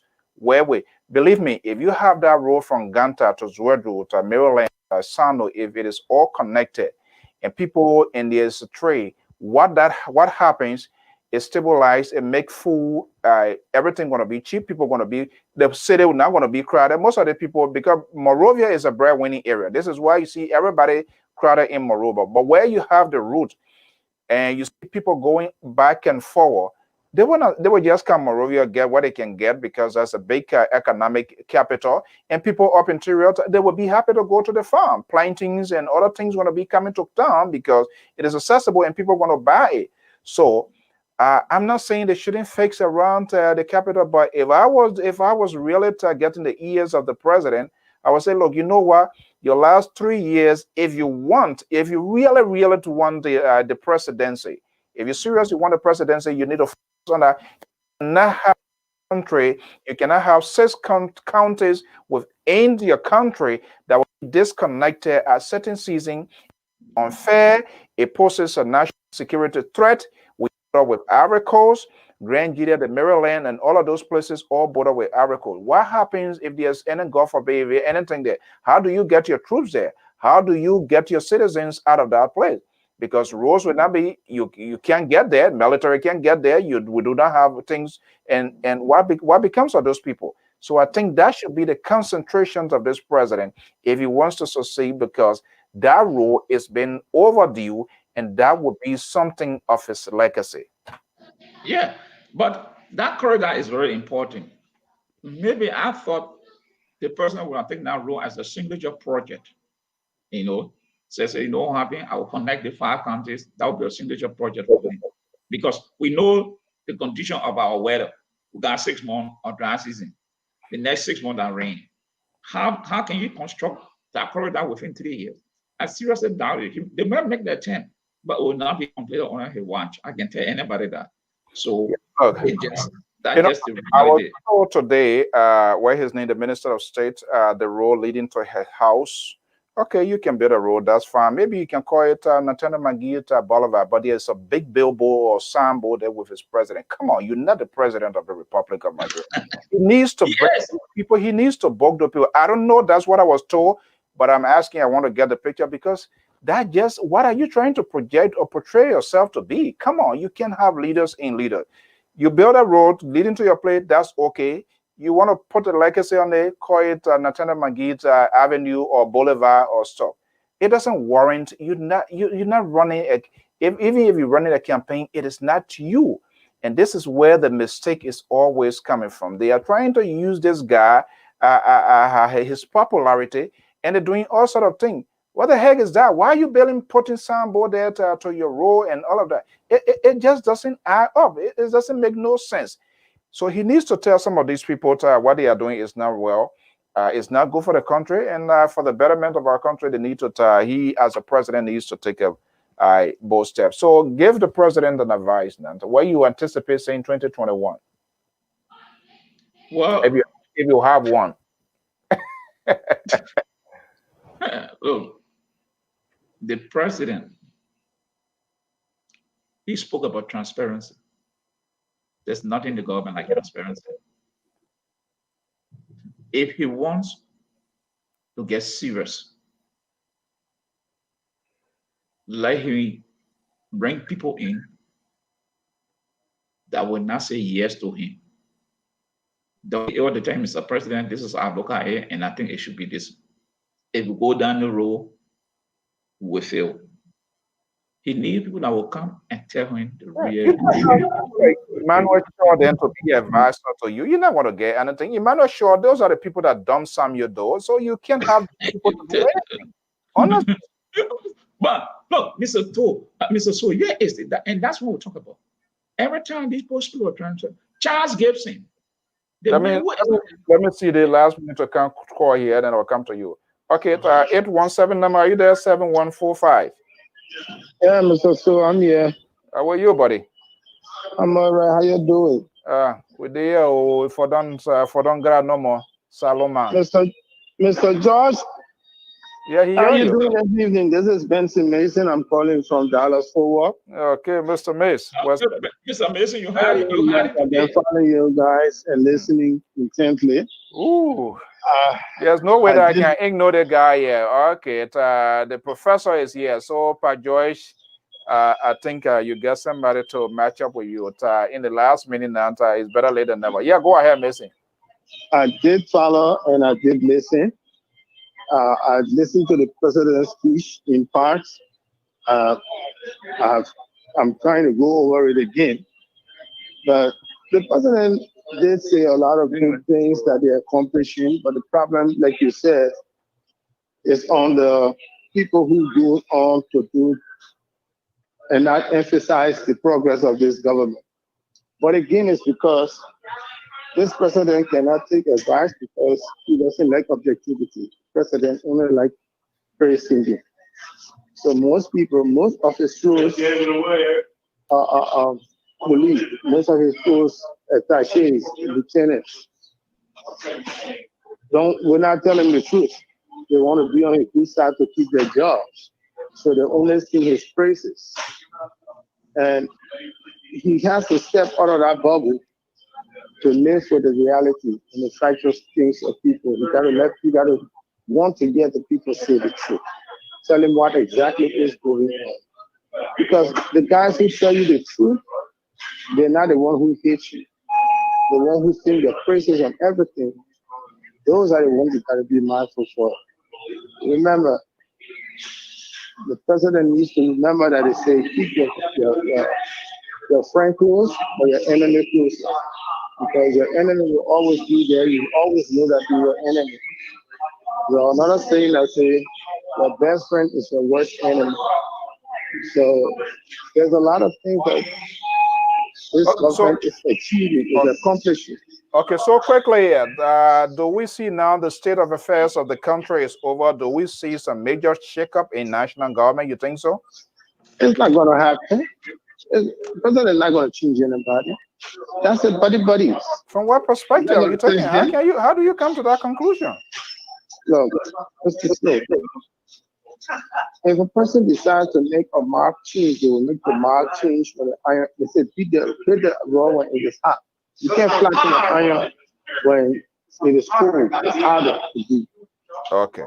He had the right to do. He had the opportunity to really hit it again, but he did not. He's not going to do it. Trust me, it's not going to happen. Okay, let me give the professor a chance here. Thank you. Our analyst, my man Mason, is on the line from Dallas area. Thank you so much for chipping in here. Let me go to Professor Ase about Zawlo, senior contributor to the Liberia Public Radio. But George, we're having a party here, so I'm going to see whether he's going to go back on those things here. Now the professor is here. Professor, good evening. Good evening, Mr. Snow. Good evening, Mr. George. Yeah, I was talking right in your absence, but let me just put it out there because I don't usually say things behind. But when I say behind you, I say, it's like, did you contribute to the writing of that president's speech, especially when it came to education? Because things that you have argued, things that you've been saying, and people who speak for the government, they're not been saying it. But it was quite amazing today when it came to the educational aspect, when we're addressing the nation, things that you've been saying. That's exactly it. The significant impact the government have made. And why? And I'm talking about that. So I'm wondering whether you did a special note and how can they manage to put it in there? No. I wasn't involved with it. But you see, the truth of the matter is that we, like some people call us blind loyalists. What they don't know is the number of hours that I put into following the government, studying the government, seeing what the government is doing, how it's impacting the lives of the people. And I'm being very authentic in those things. There are so many good things that President Weah has done that not being communicated to the public not hearing about it. And I think I hold those responsible for spreading of those information, for having those information to go forward. I wasn't responsible. And I think one of the problems is that people think that propaganda is more important than giving the people honest opinion, very clear, plain information. So you put almost all your effort and energy in propaganda, and then the truth is right before you. You can't present the truth. So that's all I do. I study this government. I follow the president closely. I read documents after documents. I do web searches. I engage government officials. I do all of those things to get my facts. I told you, for example, in the area of education, the progress we've made in the 3-year presidency of President Weah, we didn't make this progress in 12 years. And let's face the fact. Look, when President Ellen Johnson Sirleaf came to power, we had a broken educational system. But here's the thing. When she became president, the kids who were in the first grade, when she became president, they took the West African exam. They took that exam. When she was leaving office, they were already in the 12th grade. So they got their entire education during her administration. And they flunked miserably. They failed miserably. They failed miserably. And so it just didn't work at that time. The only thing I'll give myself credit for, I'll tell you this. When the students failed in the last year of the presidency of Ellen Johnson Sirleaf, we began to engage the government officials on what could we do to at least lift the morale of the children. And that is how, for example, you saw the Ministry of Education started to make packets and train teachers to go in and begin to implement it. That's something I played some behind the scene role in it, but yeah, you saw what happened. So the kids did better that first year. The next year they did even better, and they have continued to do better since then. So look at it. That's one area. You got more people going to the University of Liberia now than ever before. And you say there's no quality education. I tell you the truth. I was on a show yesterday, and where we discussed education in Liberia. And people focus always on the negatives. When Liberian kids are very smart, and because of the things that have been done by this government, the kids are doing much better than before. You know, but we are not communicating those things. You know, and I was very proud of the president today to come out and speak on those things. But look, the president has some big news for our people when it comes to education, and you're going to be hearing that very soon. Give me the gist. Let's look. Listen to me. I can't do that. Who is the architect? Is that Professor Zawla? Is no, I'm not. I haven't reached that level yet. They got far better people than I am. You get a tip off. You know. I don't know. Probably maybe off camera you're gonna come to that, and I'm gonna confide, and I want you to confide in me because that's not something we're gonna do because you have argued here. One of the things, and I've taken key notes. You have argued on the successes of this government, especially when it came to the education aspect, which of course that's your passion. That's an area, and this is why some of us were up to this point in time. But you want to sit right near the capital, Washington, D.C. Donald Trump is no longer there. You prefer to be there than to go in Liberia to make your presence felt. That's where my own disappointment is. Mr. So, I'm making my presence felt. Look, I got 2 schools open in Liberia. I got one in Kakataya High School. I got one in Monrovia, let's say junior high school. And we are looking for a place to open 2 additional high schools in Monrovia in 2021-2022 academic year. And we set ourselves an ambitious goal of opening 1 school in Banga, 1 in Bikiana, 1 in Ganta or Senekole by 2025. That's making my presence felt. And the schools that we are creating are different. They are different from. Let's put away your party's garment a little bit, and let's put the liberalization policies or something that is in the interest of the country. I know you listened to the president's speech today. Where do you think there was some sort of shortness in terms of what a president put forward today? What you wish to have, heard in that speech, and that didn't come out? You know, I think I would have loved to hear. I mean, I know the president is leaning in the direction of some major policies redirection and proper alignment of personnel to advance those policy objectives. Personal alignments of personnel, is that something like making some sort of major to reshuffle to bring in new breed, new faces, new professionals on board? Is that where you're heading?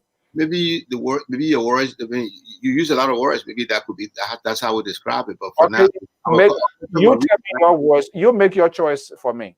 No, I go with your words. I said the alignment of personnel, the realignment of personnel to be able to advance the policy objectives that the president will be embarking upon. So if you look at that reshuffle and all those things, then that's fine. But we call that realignment of personnel. Reorganization of personnel. What? Or maybe harmonization. Salaries. Harmonization of personnel. You are a technocrat. Don't put arguments of politicians who always like to remake stuff here. Let me go to Amos Joy. Maybe Pa Joyce understands the language that you're speaking. Pa Joyce. Yeah. Do you understand the language this guy talking? Well, I think so, but it's the same thing you said. He got the president here, so they're thinking about reshuffle or something like that. Because that means reshuffle, they will reshuffle, then realign people with the present policy to go ahead. So maybe he has the president here, maybe they know what they're talking about. But I think if you talk about realign, realign people is the same thing, reshuffle, whatever you want to refer to, it's the same thing. So they might be going that direction. But I said it before, Professor. I said I gave the president credit on the issue of education because there have been tremendous improvement at the University of Liberia enrollment and that of the high school. I commend him for that. But one thing, I don't know, Mr. So, did you get that part? So let me, Eugene. Well, let me ask you, Mr. Harris, what is the big deal? I'm not like Samson Toe or these other liberal here. I said it the other day that the professor want to go as a. Suppose if the professor is qualified to be a minister, what's wrong with that? We want competent, qualified people or people who will look in the eyes of their leaders. I'm not saying to be disrespectful, but to say, Mr. President, respectfully, not in a gathering or in a meeting, but after deliberation, after session, is Mr. President, I think this statement here is not, it doesn't represent you. Those are the kind of people we want, honest people. We don't want sycophants, and we don't want people who just going to be yes because they want to bulldoze their way. So Eugene, come on, what's the problem? You don't want competent. We've been crying. We say people that they're incompetent. So when somebody that is competent who willing to work for the, I would be the stupid person when I know I can get certain things done and my country asks me to do it, to say I'm not going to do it because somebody going to say something. It doesn't make sense. People here in the West here, they are eager to work for their country because of the skills and because of the talents and to give back, you know. But if you know all of that and you can't offer that for your country, then I don't know where you're going to go. Go ahead. Mr. So I told you the last time. Madam Gertrude Wilson chilling us with us here this evening from Liberia. Yeah, go ahead. I told you the last time. Professor Zawa is my opinion, is my thinking. And like you have a good friend, and you can tell the friend the truth. And sometimes you feel to maintain that friendship is not to get in the orbit of that friend. You stay outside and tell them how you feel. And this is what Professor Zawo, I think, is doing. No. I said, look, Professor Zawo can work for the Liberian government. There's no question about it. But his style of leadership, it doesn't commensurate with what they are doing. It doesn't connect. It will not connect with the people. And because of that, he don't want to hide or offend other people, so he chooses to stay away and give advices. That's just my personal opinion. That's how I look at it. Okay, hold on. Let me go to this number coming from Kentucky here, and let me see what this person got to say. Caller, good evening. What's your name and where are you calling from? Thank you. My name is Mariah Nelson. I'm calling from Kentucky, Louisville. Kentucky, Louisville. What a good guess. If our power board now, I'm a millionaire, right? Okay, good evening. Welcome. What's on your mind? Thank you. I just want to ask all of you Liberians, all of your educated people, you're our both people, you're our country boys, you're Liberian boys. We're in America, know all the book, all the ideas. Can one man build a nation? That's what we're talking about. Yeah, that's what we're rallying around him now, so he will build a country. No, one man cannot build a nation. What time y'all will go now, Mr. So, with all their wisdom, all their degrees? Everybody can be minister. What time y'all will carry factory and thing there now? Y'all the book boys then. What time y'all will go home? It's not a matter of carrying it. It's the what is important is security. That's what I will have. That's what I have. Even though their spy is still tough, the network is back there, and that's why people are working. They're bringing the news. So that's the good side of it, right? The security you're talking about, Mr. So. How the security will go there? All of us gotta go. Pressure, you're the one will go to school and get a degree. You think you can get your security idea there so they can hire you too? You can be to justice minister. You can be to police director. You can get your own security company too. No, listen. What I'm talking about, Andre. The security I'm talking about, I'm not talking about meds, security personnel, but when I talk about security, the conduciveness. Let me just tell you here, I want good thing to come from out of Liberia. My mom is in Liberia, my daughter is in Liberia, my brothers and sisters and everybody in Liberia. When there is a tension, when there is an uncertainty, when people call it no money, no this, and I know things high, you know what? Guess what? It puts pressure on me as well. But when everything, I'm not saying everything should be like a milk and honey. It's not possible, even the very America that we are in. But all what we are doing, we are trying to have a conversation to tell our president to make sure that the right thing is done. And even if you support the government, there are some people that you know that are in government who are not doing the right thing, who are not representing the true nature of the president. So why not this president to tell the people, you know what? I thought you were part of my agenda. You are not pushing my agenda. I think I'll take a little break. Simple as it is. That's what we are saying. Oh, okay. That one you seen there, that one that's true. All of us talking it. You don't got to hide it. People like Musa Din there, other people they need to go. There you because go. they're making the country unlawful. And it's not good. You understand me? Right. But what we are seeing too, Mr. So, yeah, we need our both people. Other countries for war, Ghana for war, they used to go Liberia to get saw when we were small. Yeah. But still, right now in Ghana, you and people Ghanaian working in a hospital, you're doing housekeeping. But when you go Ghana, they don't want Ghana, all the real estate, intensive, all these places. Why can't we go to create jobs? You know the country, what we in the private sector.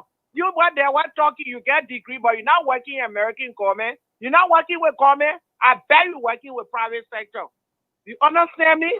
Why you will go to create jobs? Okay. And Y'all the people need book. The people laughing at us that we bluffing. Liberian talk, big talk. They no book every day degree, but their country is down. Number two, no money in our country. No this. They're not president. We are destroyed our country. You know who destroyed our country. You know that the same people today criticizing the men. So why you keep going and running men, make sacrifice and leave your family here. Go to president. We are going, go grandchildren. So if I why made it play hard? Because the people lazy too. Liberians are lazy. I must admit. No, that's true. You know what? You remind me like my late dad, right? Well, went home, which year was that? Went home, he said, our people here, he said, you see, from when you live from Bon County, Nima, you will see pepper, but when you come up, in my county, the only thing you can see where people cell phone hanging. Oh, their cell phone hanging on their neck, the cell phone ringing. But look. In America, the grand people are lazy. The grandchildren they raise money, no amulet in grandchildren. They are all, and look, honestly, and this is what we are saying. That's why our own network here. Let me learn. Now you call me. Wow. Okay, go ahead. Wait. Nigerians, look at yours. When we see you, look how you sitting down there. You're looking like one president. But most of you starting to the engineer, but the grass growing in his belly. Oh, they talking Hold on, okay, let me hold you right there now. You're stepping on toe now. I don't usually defend something toe. I'm not stepping on him. No, I said you step, not something, you stepping on my toe. Because something, I come in now, you were told, let's say, yeah. You know what? This whole thing about people must be willing. Criticize people, but you cannot criticize from the beginning of the year to the end of the year. What is the solution? You know what? You know what Samson too has done? Auntie, are you there? You say you not want me on your show. No, I would never do that. We don't call people off here. We allow people to say, the only taboo we get on the network, we don't allow people to cause, and you're not even look like one of those persons. So you can criticize, you can criticize me. But yeah, it's the deal, right? The government, first of all, one of the things, there are little commonalities with myself. We have the same age group. I'm a die-hard registered member of the Invincible 11. So anything I want him to succeed. But at the same time, I cannot deceive him. And like you rightfully said, there are a lot of people who has used the kindness and the gentleman of this man here. And we want him to open his eyes. It's government to lead. Government is not a friendship business. Talking about Samson Toe. We made a connection here for Samson Toe to go and help. In fact, he left from here to go teach young people engineers. He left from here, he volunteered. He said, but you know what? People in Liberia, they feel you and myself, or people in America, you're in America, so you are no longer part of America. You are not a Liberian. people feel insecure of their job. So even when you try to advise people, you try to talk to people, they think like, it's not a matter of knowing. People willing here to help. Something has done to design. But those people, they just think everybody want to beg them and lick their feet. No, that's not going to happen. No. And we're not going to get mad with them. We just also talk to them in a very gentle way and say, okay, this is what you're doing. It's not correct. But you can do it this way. So we don't hear for us here. We don't just talk what you're doing is wrong. Okay, well, no, we can put it doesn't necessarily suggest what we are saying to is 100% perfect. Eugene Fagon here. Eugene Fagon and myself are in Waterloo refugee camp. He knows me 100%. When Eugene Fagon was talking for CDC government, it was on this network. But do you know how many times I even just call him to come here? Look at Kwame Weeks. Kwame Weeks is doing an extraordinary job for that country. I think he's kept what he's doing. He even qualified to be a deputy minister. And I'm surprised, not really surprised, but I know how talented and gifted that young man is. That's the work. They're supposed to be talking the good side of the government. But he, as a deputy minister, he go on Facebook and get into a fight. Fire will put a fire. That's not your job. You are a government official. Whatever you say, it matters. Those are the things. And if the president sits there and allow these people to spoil, tarnish his good government, then the blame goes on him. Because at the end of the day, they're going to tell him, say, oh, we're talking to the president didn't listen.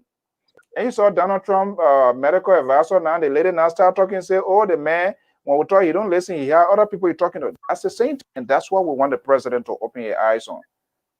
Okay. Thank you. Yeah. So, thank you. I want my country to succeed. They think it's overdue. The people put us together, we care one another. All our parents did that. Who the people? Who the people? Yeah, we don't know, but we in people play cleaning toilet doing this. It's about turn now. Then we go on. Then we take a new role. Then we come together. Sometimes we Liberian, we plenty. Let we come together. For the other people, I know there will always be an opposition. In every country, they got opposition. Every country get opposition.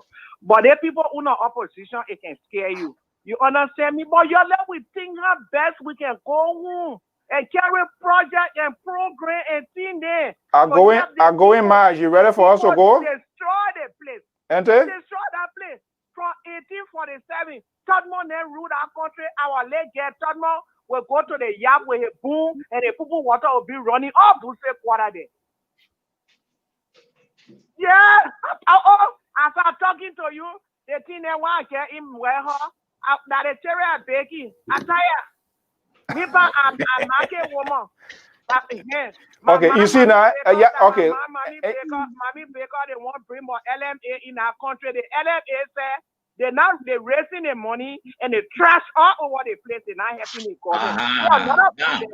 Hold on there. Nobody will care nobody. We all got to bail our country. So when you go, where you want to have your market? Merry-go-round. My place, the only place I was it's the market. Where? So the only rally you're not going out of Monrovia? No, I can play through on the highway there to the airport because I've got to do my. I say, I'm not talking about airport. I say out of Monrovia, Sano, Riverside, all those places. We got to plain pepper in Grand Chile, but all the people in Grand Chile get telephone now. Nobody want plain pepper. They going to bring all the men there. They just call the America. All of them get telephone. They all the women there. They start their dapper. They're not strong like my mirror bread. When my mirror bread, they were living something. They got different things. But no woman in Grand Chile right now because there no woman you can hear the Grand Chile woman. When mirror bread they were living, then you hear Grand Chile woman. So they make Grand Chile not go down. Okay. They die in a war.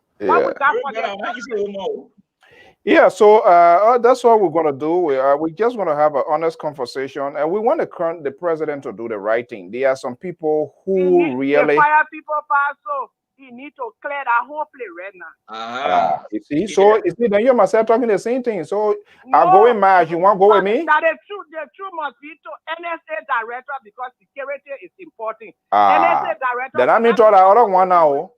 That is security. That's true. That is security. I was talking you. You can't be talking with Penenda Ure. Mimi they way, Mimi that way. Then when they break, you brief the president, you tell him different things. It be like a woman would tell president, do what to do. Oh, Chancellor coming from Lofa, and one Chancellor coming from Nima. So thank you. Oh, thank you. You.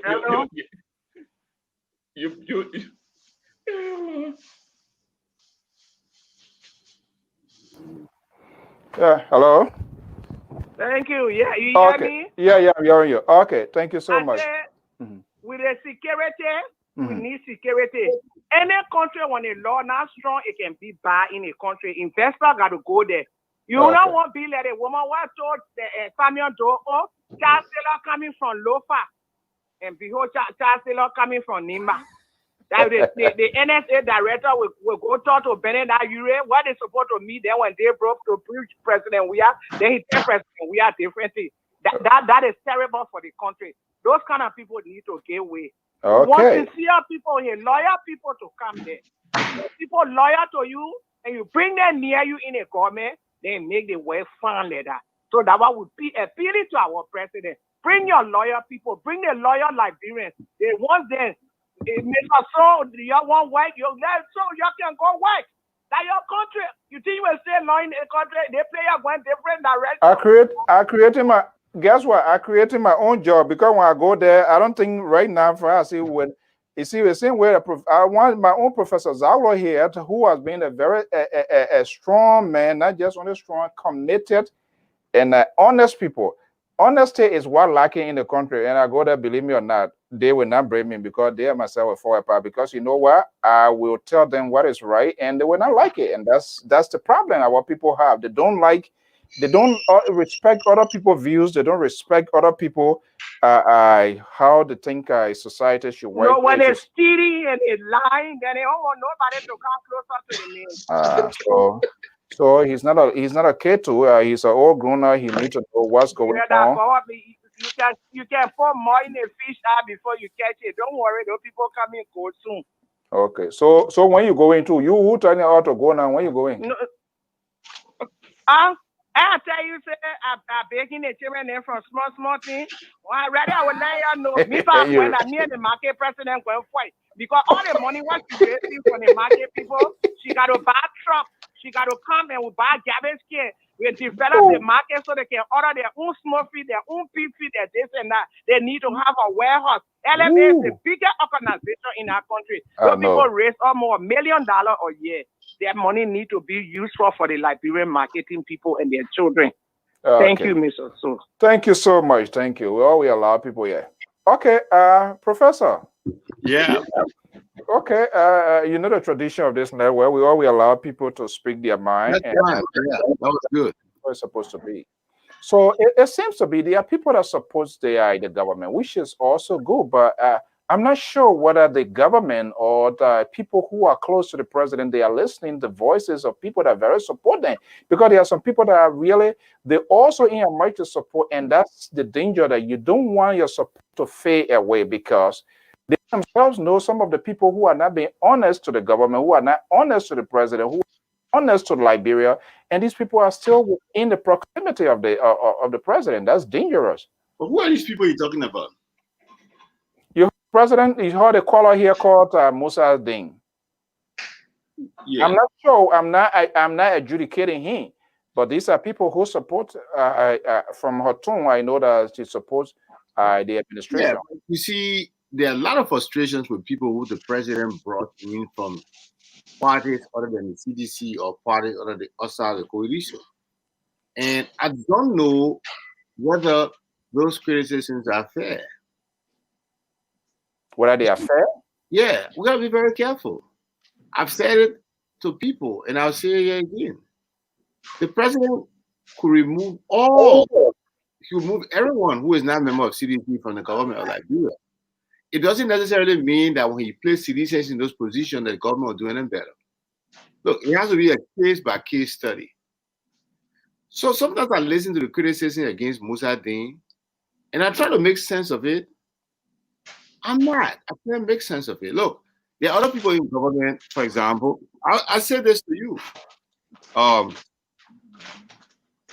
person asking you, as a Minister of Foreign Affairs. I mean, I got no qualms. I mean, I got nothing personal against him, but I didn't see anything happening during his term as a Minister of Foreign Affairs. I didn't see anything positive happening. I would have qualm with him because he wasn't performing.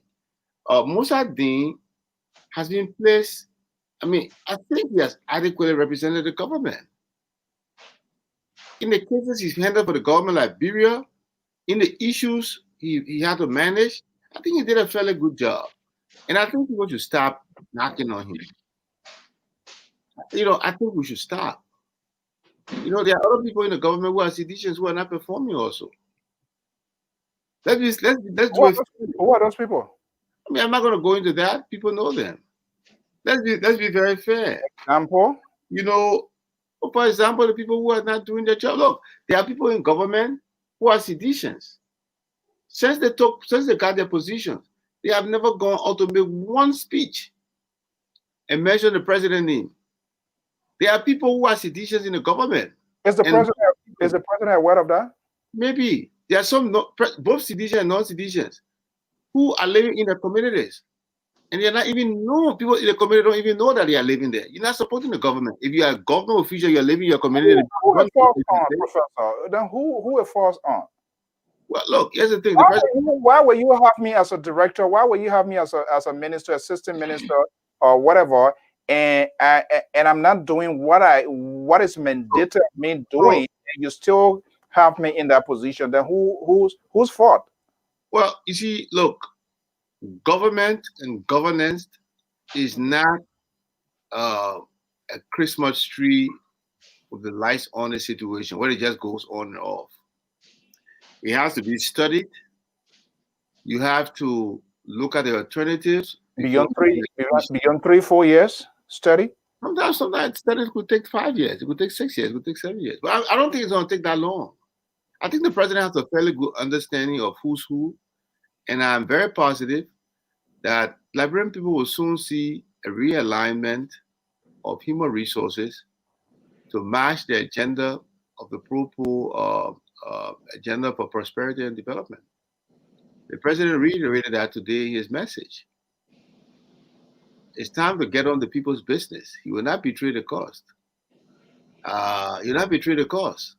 And so in moving forward with the cause of the people, this is what I was struggling to bring together on it. This is what the president no room for error. Was there any error in the past?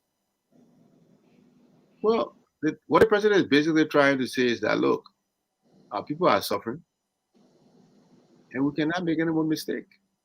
We must fix the problem. They didn't make mistake before. We didn't hear him talking about that. He even made a mistake, and he called on the Liberian people to give him. Listen to me. The president has admitted to this. President has been one of the most honest presidents ever in the history of Liberia. The president has admitted to his errors on numerous occasions. The president told you when he was announcing the restructuring of the central bank, he told you that it was realized that the central bank was now structured to meet the demands of the challenges confronting them. And so because of that, he said, my government will retire the governor of the central bank will come off for retirement and will do X, Y, and Z. That's an admission of error. Minister Twe, the Minister of Finance, he talked about the 2 loans that the government was supposed to be was pursuing with those firms, I think in Hong Kong or so. He said it was an error. So I think our government has been more transparent. The minister said, or the president said that was an error. No, the minister said so. The minister was speaking based on the instructiveness of the conversation he had with the president. He won't speak if he's not authorized to admit to those errors. So the minister saying it is the president saying it. Look, this government has been very clear. We failed in some areas. We're not trying to sugarcoat it. We're not trying to deceive the Liberian people that it has all been milk and honey. We've made mistakes. And now, what was the thinking? What was the thinking? Hold on, Professor. Let me just hold you. What was the thinking? Now, when some of us said it was wrong, and they came after us. What were they thinking at the time? Because here's the problem. What people, here's the thing. You see, you did not have the facts that they had. You did not have the facts they had. We didn't have the fact, but based on what we saw. Okay, you saw that. They did not see it at that time. So once they saw it, then they made a determination. They cannot make a decision based on what is heard in the public. They will factor that in, but they got to go back and study and then make an informed decision. So that's what the government did. When people, you should look, listen to me. You should be applauding this government. I can't Because when applaud you them go, for that. but you should be applauding. They verify us that your president called us enemy of the state based on that loan. Your president called us enemy of the state. But now, then he comes back and he doesn't take the loan. He did not apologize. He did not For what? apologize. For what? He called us, Professor, he called enemy of the state that we He were did there. nothing wrong. Based on the information he had available to him at that time, vis-a-vis the actions you guys were taking, it made him see you guys at that point as enemies of the You state. don't think he would have used a better word to describe us? Want to describe an enemy of the state? You don't think? Let me explain this like that, Professor. Will you have described her like that? No, in that case, but let me explain this to you. Let me explain this to you. No, but yes, I just want to know from you. I said no. I wouldn't do so. He said no. I got it. I didn't hear Let me explain this to you. Let me explain this to you. President Weah. I had a conversation with President Weah. He said, Prof, when I look at Florida, the terrain is exactly what I see in Sastan. He said, why is it that people have built in Florida and they use it for recreation, tourism, and all those things, and bringing huge money into the place? Look at our country.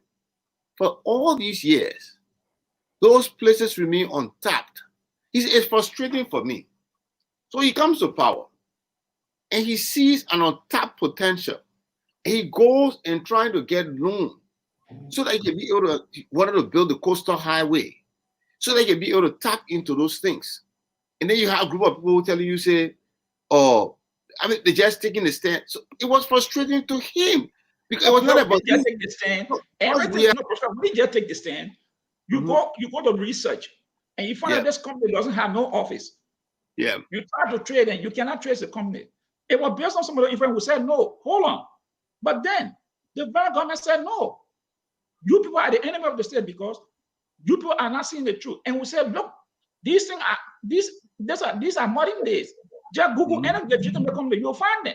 You will see references.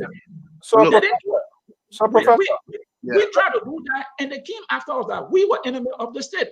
And your president, Professor, after us. let me ask you. For the last 2-3 years, do you think this administration has learned a lesson a lot? Will we see different beginnings after this State of Union? Will we see a different start of governance, way of doing things, or will we still go back to the same status quo and come back here and begin to talk those same things? Is there enough learned by this administration? One of the hallmarks of his government is his consistent and is his commitment to perpetually revisiting his positions and actions. And it is strange. It's a strange phenomenon to Liberia where presidents don't do wrong, government don't do wrong. Our government constantly review its decision making with the intent to take the necessary corrective actions to be a better government for the people of Liberia. And so, yes, the president is in full awareness that our people are struggling and we need to take specific policies, actions to be able to address the dire needs of our people and do what we promise. Move low Liberians out above the poverty line that any other government has done it. And that's why that's what's going to happen right now.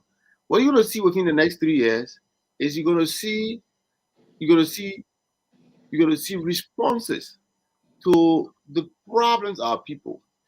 You're going to see better schools, You will see better hospitals. The president said today that he will remain committed to improving the infrastructure of the country. But more than anything else, you will see more people getting the jobs. You will see more jobs being created. Right now, I think about jobs to date. Nothing. I mean, sign up to this. He didn't do it. He did talk about the opportunity corridor, the bilateral opportunities corridor that will be created between Guinea and what are we exporting? So what going to be the dividend to the country? What also happens is that Guinea is going to use our seaport of Buchanan to export its oil and other mineral resources from there. They will pay us to pass that oil in our place. So you know what? The track that will connect to Guinea, it will be serviced by Liberian technicians. And when the tracks are built, when they build the tracks and being serviced by those Liberian people in those areas will have more buying power, more pepper from the market to buy more rice from the market. They will have more buying power to be able to send their kids to decent schools and pay the tuition over there. So it's going to create jobs and improve the life of the people in that area. And that's wonderful. Do you know how long? Let me finish. Do you know how long the Liberian government have been negotiating this thing with Guinea and they have not been able to consummate it? And this government is going to consummate that? The book will fill. I'll be happy. Like I said, I'll be happy. If that happens, which of course I pray happens. They did not come true. Sort of relief. I would be glad. Chancellor Ellen Doe came, it didn't come true. Ellen came, it didn't come true. We are coming out. If it come true, perfect. What I'm seeing here, for the past 3 years, can you give me a statistic of job creation by the private sector in Liberia on George Weah? You want to take into consideration the 3 years you are talking about. 1 year, let's take the last year. First of all, 2 years. The entire world experienced a financial downturn. Professor, we all know that. We all know. Professor, don't get me around there.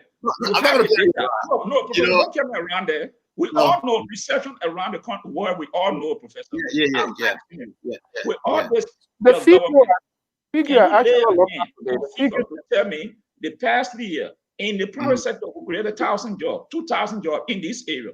Can you tell me? No, here's what I'll tell you. I won't tell you. I won't go and answer your question. No, I'm not saying it's not there. But here's what I would say. The conversations you and I are having right now, I just taught a class that we normally teach logic in. And the students and I had the same discussion. And I told them, there you go. People, when we are involved in this kind of discussion, and then the people try to create a binary situation, a binary word, where it is yes or no. Tell me, did they create 1,000 jobs? Or no. Look, there are too many gray areas that you have to touch on before moving to black or white. The issue here is that the world we live in for 2 straight years experienced recession. It was exacerbated by the conditions brought to bear by the COVID-19. Oh. Guess what? Well, Professor Zawo, in the United States, hold on, Professor Zawo, in the United States, prior to COVID-19, we had unemployment rate of 3% in this country. Yeah. So you want to say the water. But the figure, ironically, the figure I saw today that were thrown out there as if there was nothing. Then when it comes to the figure, then it didn't do anything to the economy of Liberia. But I want to tell you now. So then we shouldn't dwell on COVID because there's nothing here because we should be in deficit, but instead because of financial prudence, because of proper financial management, adherence to the protocols set in place by Liberia foreign partners, the government of Liberia were able to take some austerity measures with all causing significant hardship for its people. And because of that, the government was able to make some accomplishment.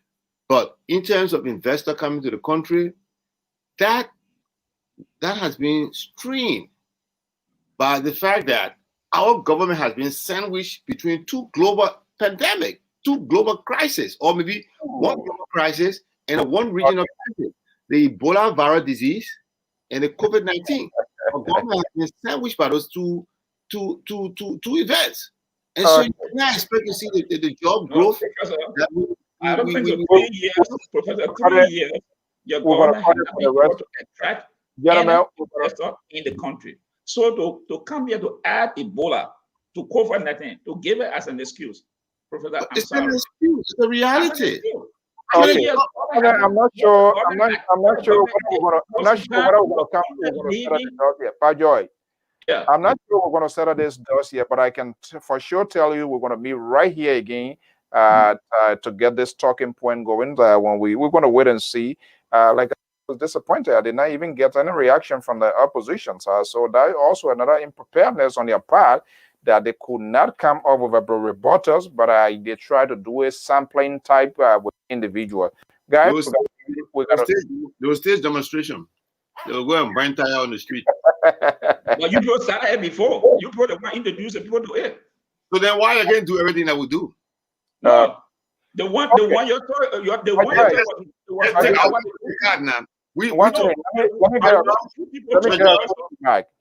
Jaws. Say you want to follow up.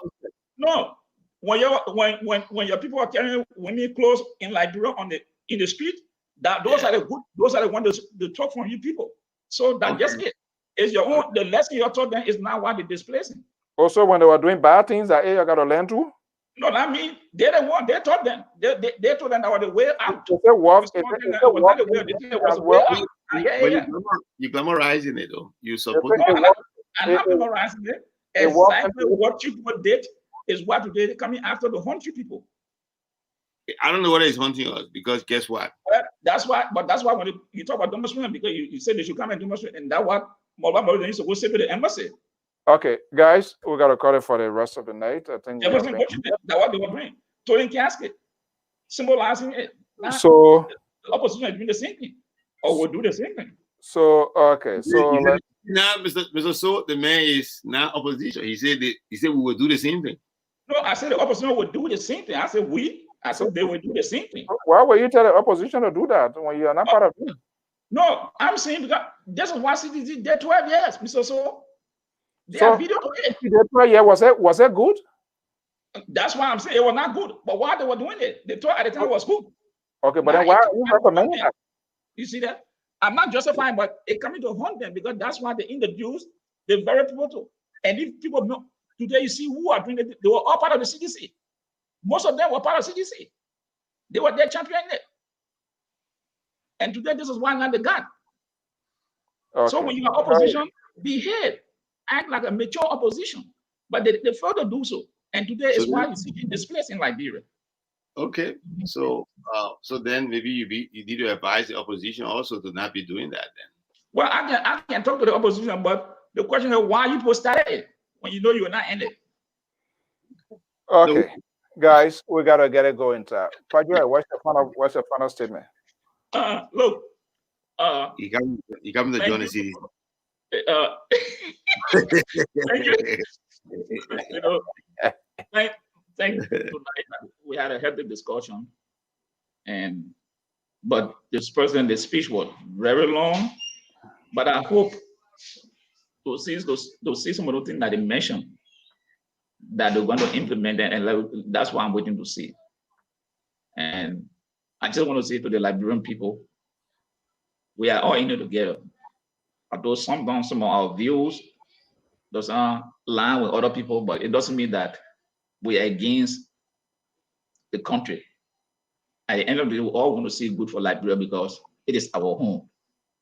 So I just wanted to thank the Professor Zawo and to you, Mr. So. And you said that Mr. To is bereaved. I hope our prayers are with him while he's going through that period of bereavement. All right. All right, Professor. Yeah. Okay. Also, thank you very much for that. I also, it comes to find out that we live in a very small world. So when you mentioned about Mr. Toole bereavement, and I heard the name Sharo, Tommy. That's Tommy. Yeah, Tommy Sharo from Baltimore area. Yeah, very good friend of mine, and so Yeah, I just asked my wife. My wife had just gone to visit Baltimore. Her brother is there, and then Tommy, they are always at their place. And she said, "Oh, Tommy is bereaved and he left." And I said, "Oh yes, I just heard it." So yeah, my condolences to Tommy, to Samson, and the rest of the family. That's the good thing about this thing. I was teaching a class tonight. I said, you know what, whatever maybe tonight I will come on, whether it's for 1 minute or 2 minutes, because it's a good thing for us to exchange ideas, discuss, and we learn from each other. And that's what happened tonight again. We all come here tonight, we argue, we learn from each other, and we're being able to provide information for people out there. That's wonderful. And I think we need to continue to do this. And we need to continue to teach the young people in Liberia to be able to do this. That's a skill that a lot of people don't have. When we went to school, the way we did politics in school, we act angry. When the student who acting angry with everybody, angry with the administration, the president talk to him, don't want to hear him, he become the most popular politician on campus. Slamming the door. Yeah. Those days are over. You can be in a position and still be, friends with each other, you can be on the other side. So yeah, thank you very much for this. And Okay. All right, folks. Thank you so much, guys. That's how we're going to leave it. And by God's willing.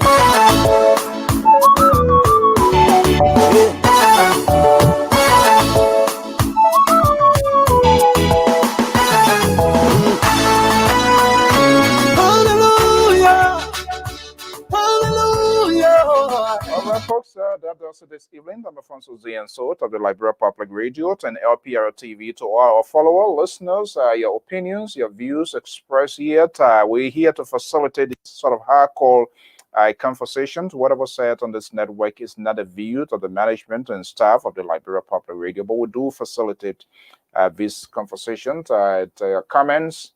We want to appreciate that. Let's do it again. All we are doing is to make sure that our country succeed and that the right thing is done. So until then, by God's willing, same time, same station, I want to be back here with more editions of programming.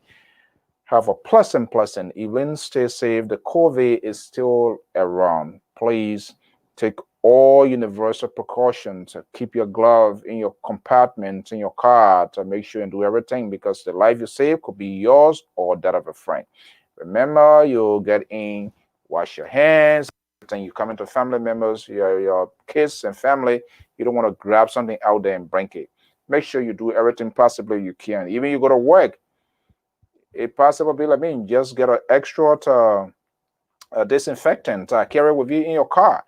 Before you even touch your door handle, you do it. It's crazy. Every week, people got to be doing crazy tests. But again, it's for the good for ourselves. Until then, have a pleasant evening. Hallelujah. Give him the higher praise. Hallelujah. Give him the higher praise.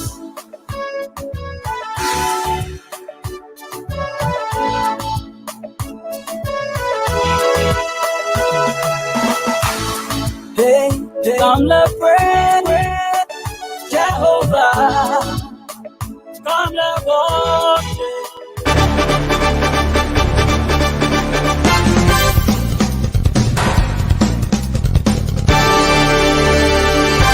This is your obedient announcement from the New England Bureau of the Liberia Public Radio and LPR TV.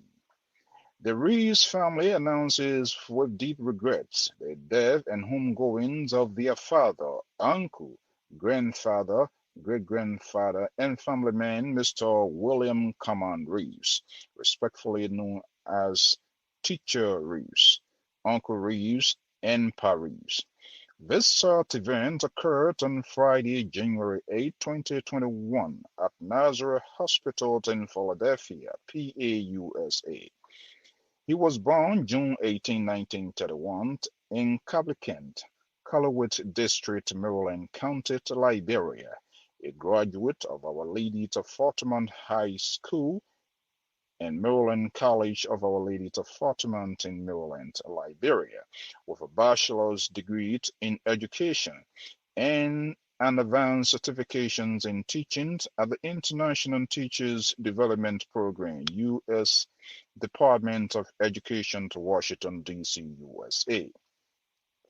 He was a renowned educator with 30 years of experience as teacher, principal of Our Lady of Fatima Catholic High School in Maryland County, Bishop Julie Kelly High School, and Tuckman Wilson High in Zwedru Grange County, Webo High School, the River G County, Department of Education, Annual Teacher Typifications School, Webo, Order of Liberia, West Africa. He once served as an Alcohol Regional Peace Corps Director, Sultan Liberia, author of 3 books, The Native Boys of Nayaki, The National Living Stories of Liberia, and Heroes of Grebo, co-author. He was a great orator and historian that had a phenomenal relationship with multitudes of former students. He lives to mourn his death, his only sister, Jolamond Hinn, his children, Crystal Reeves, Amos Totti Reeves, couple, Robert Bade Reeves, Ophelia, Felicia Reeves Sadie, Eves B. Reeves, Franco Nawa Famata, and Amos Opit Natut Benita. Grandchildren, Daniel Boyka, Ai Colley, Alicia Stalo, Christopher Reeves, Williams Reeves II, Eric Reeves, Franklin Nawa, Caroline Nawa, Lucia Bucket, Michael Sadie, Lorenan Sadie, James Reeves, Alenians Sophia Reeves, Robertfilius Honint Reeves, Jemelt Natat and Jamiliat Nota. Great-grandchildren, Daniel Jr., Guyana and Franklin Jr., a host of relatives and men and former students who fondly to become part of his life. Funeral service is Saturday, January 30th, 2021. Viewing is from 9 a.m. to 10 a.m. Eastern Standard Time. Funeral service starts at 10 a.m. Eastern. Church, Maternity BVM Catholic Church, 9220 Old Gosselin Avenue, Philadelphia, PA 19115. Interment at the Roosevelt Memorial Park, 3850 to Richless Road, Bensalem, PA 19020. Contact you can reach Crystal Reeves, telephone number 267-507-8492. For Liberia, you can reach Robert K. Reeves, 011-231-8865, 79961, 7750-68696. For donations for the homegoings of Mr. Reeves, you can send donations via Cash App to the $ Crystal Reeves, Zelle Crystal Reeves. The phone number is 267-507-7492. And this announcement.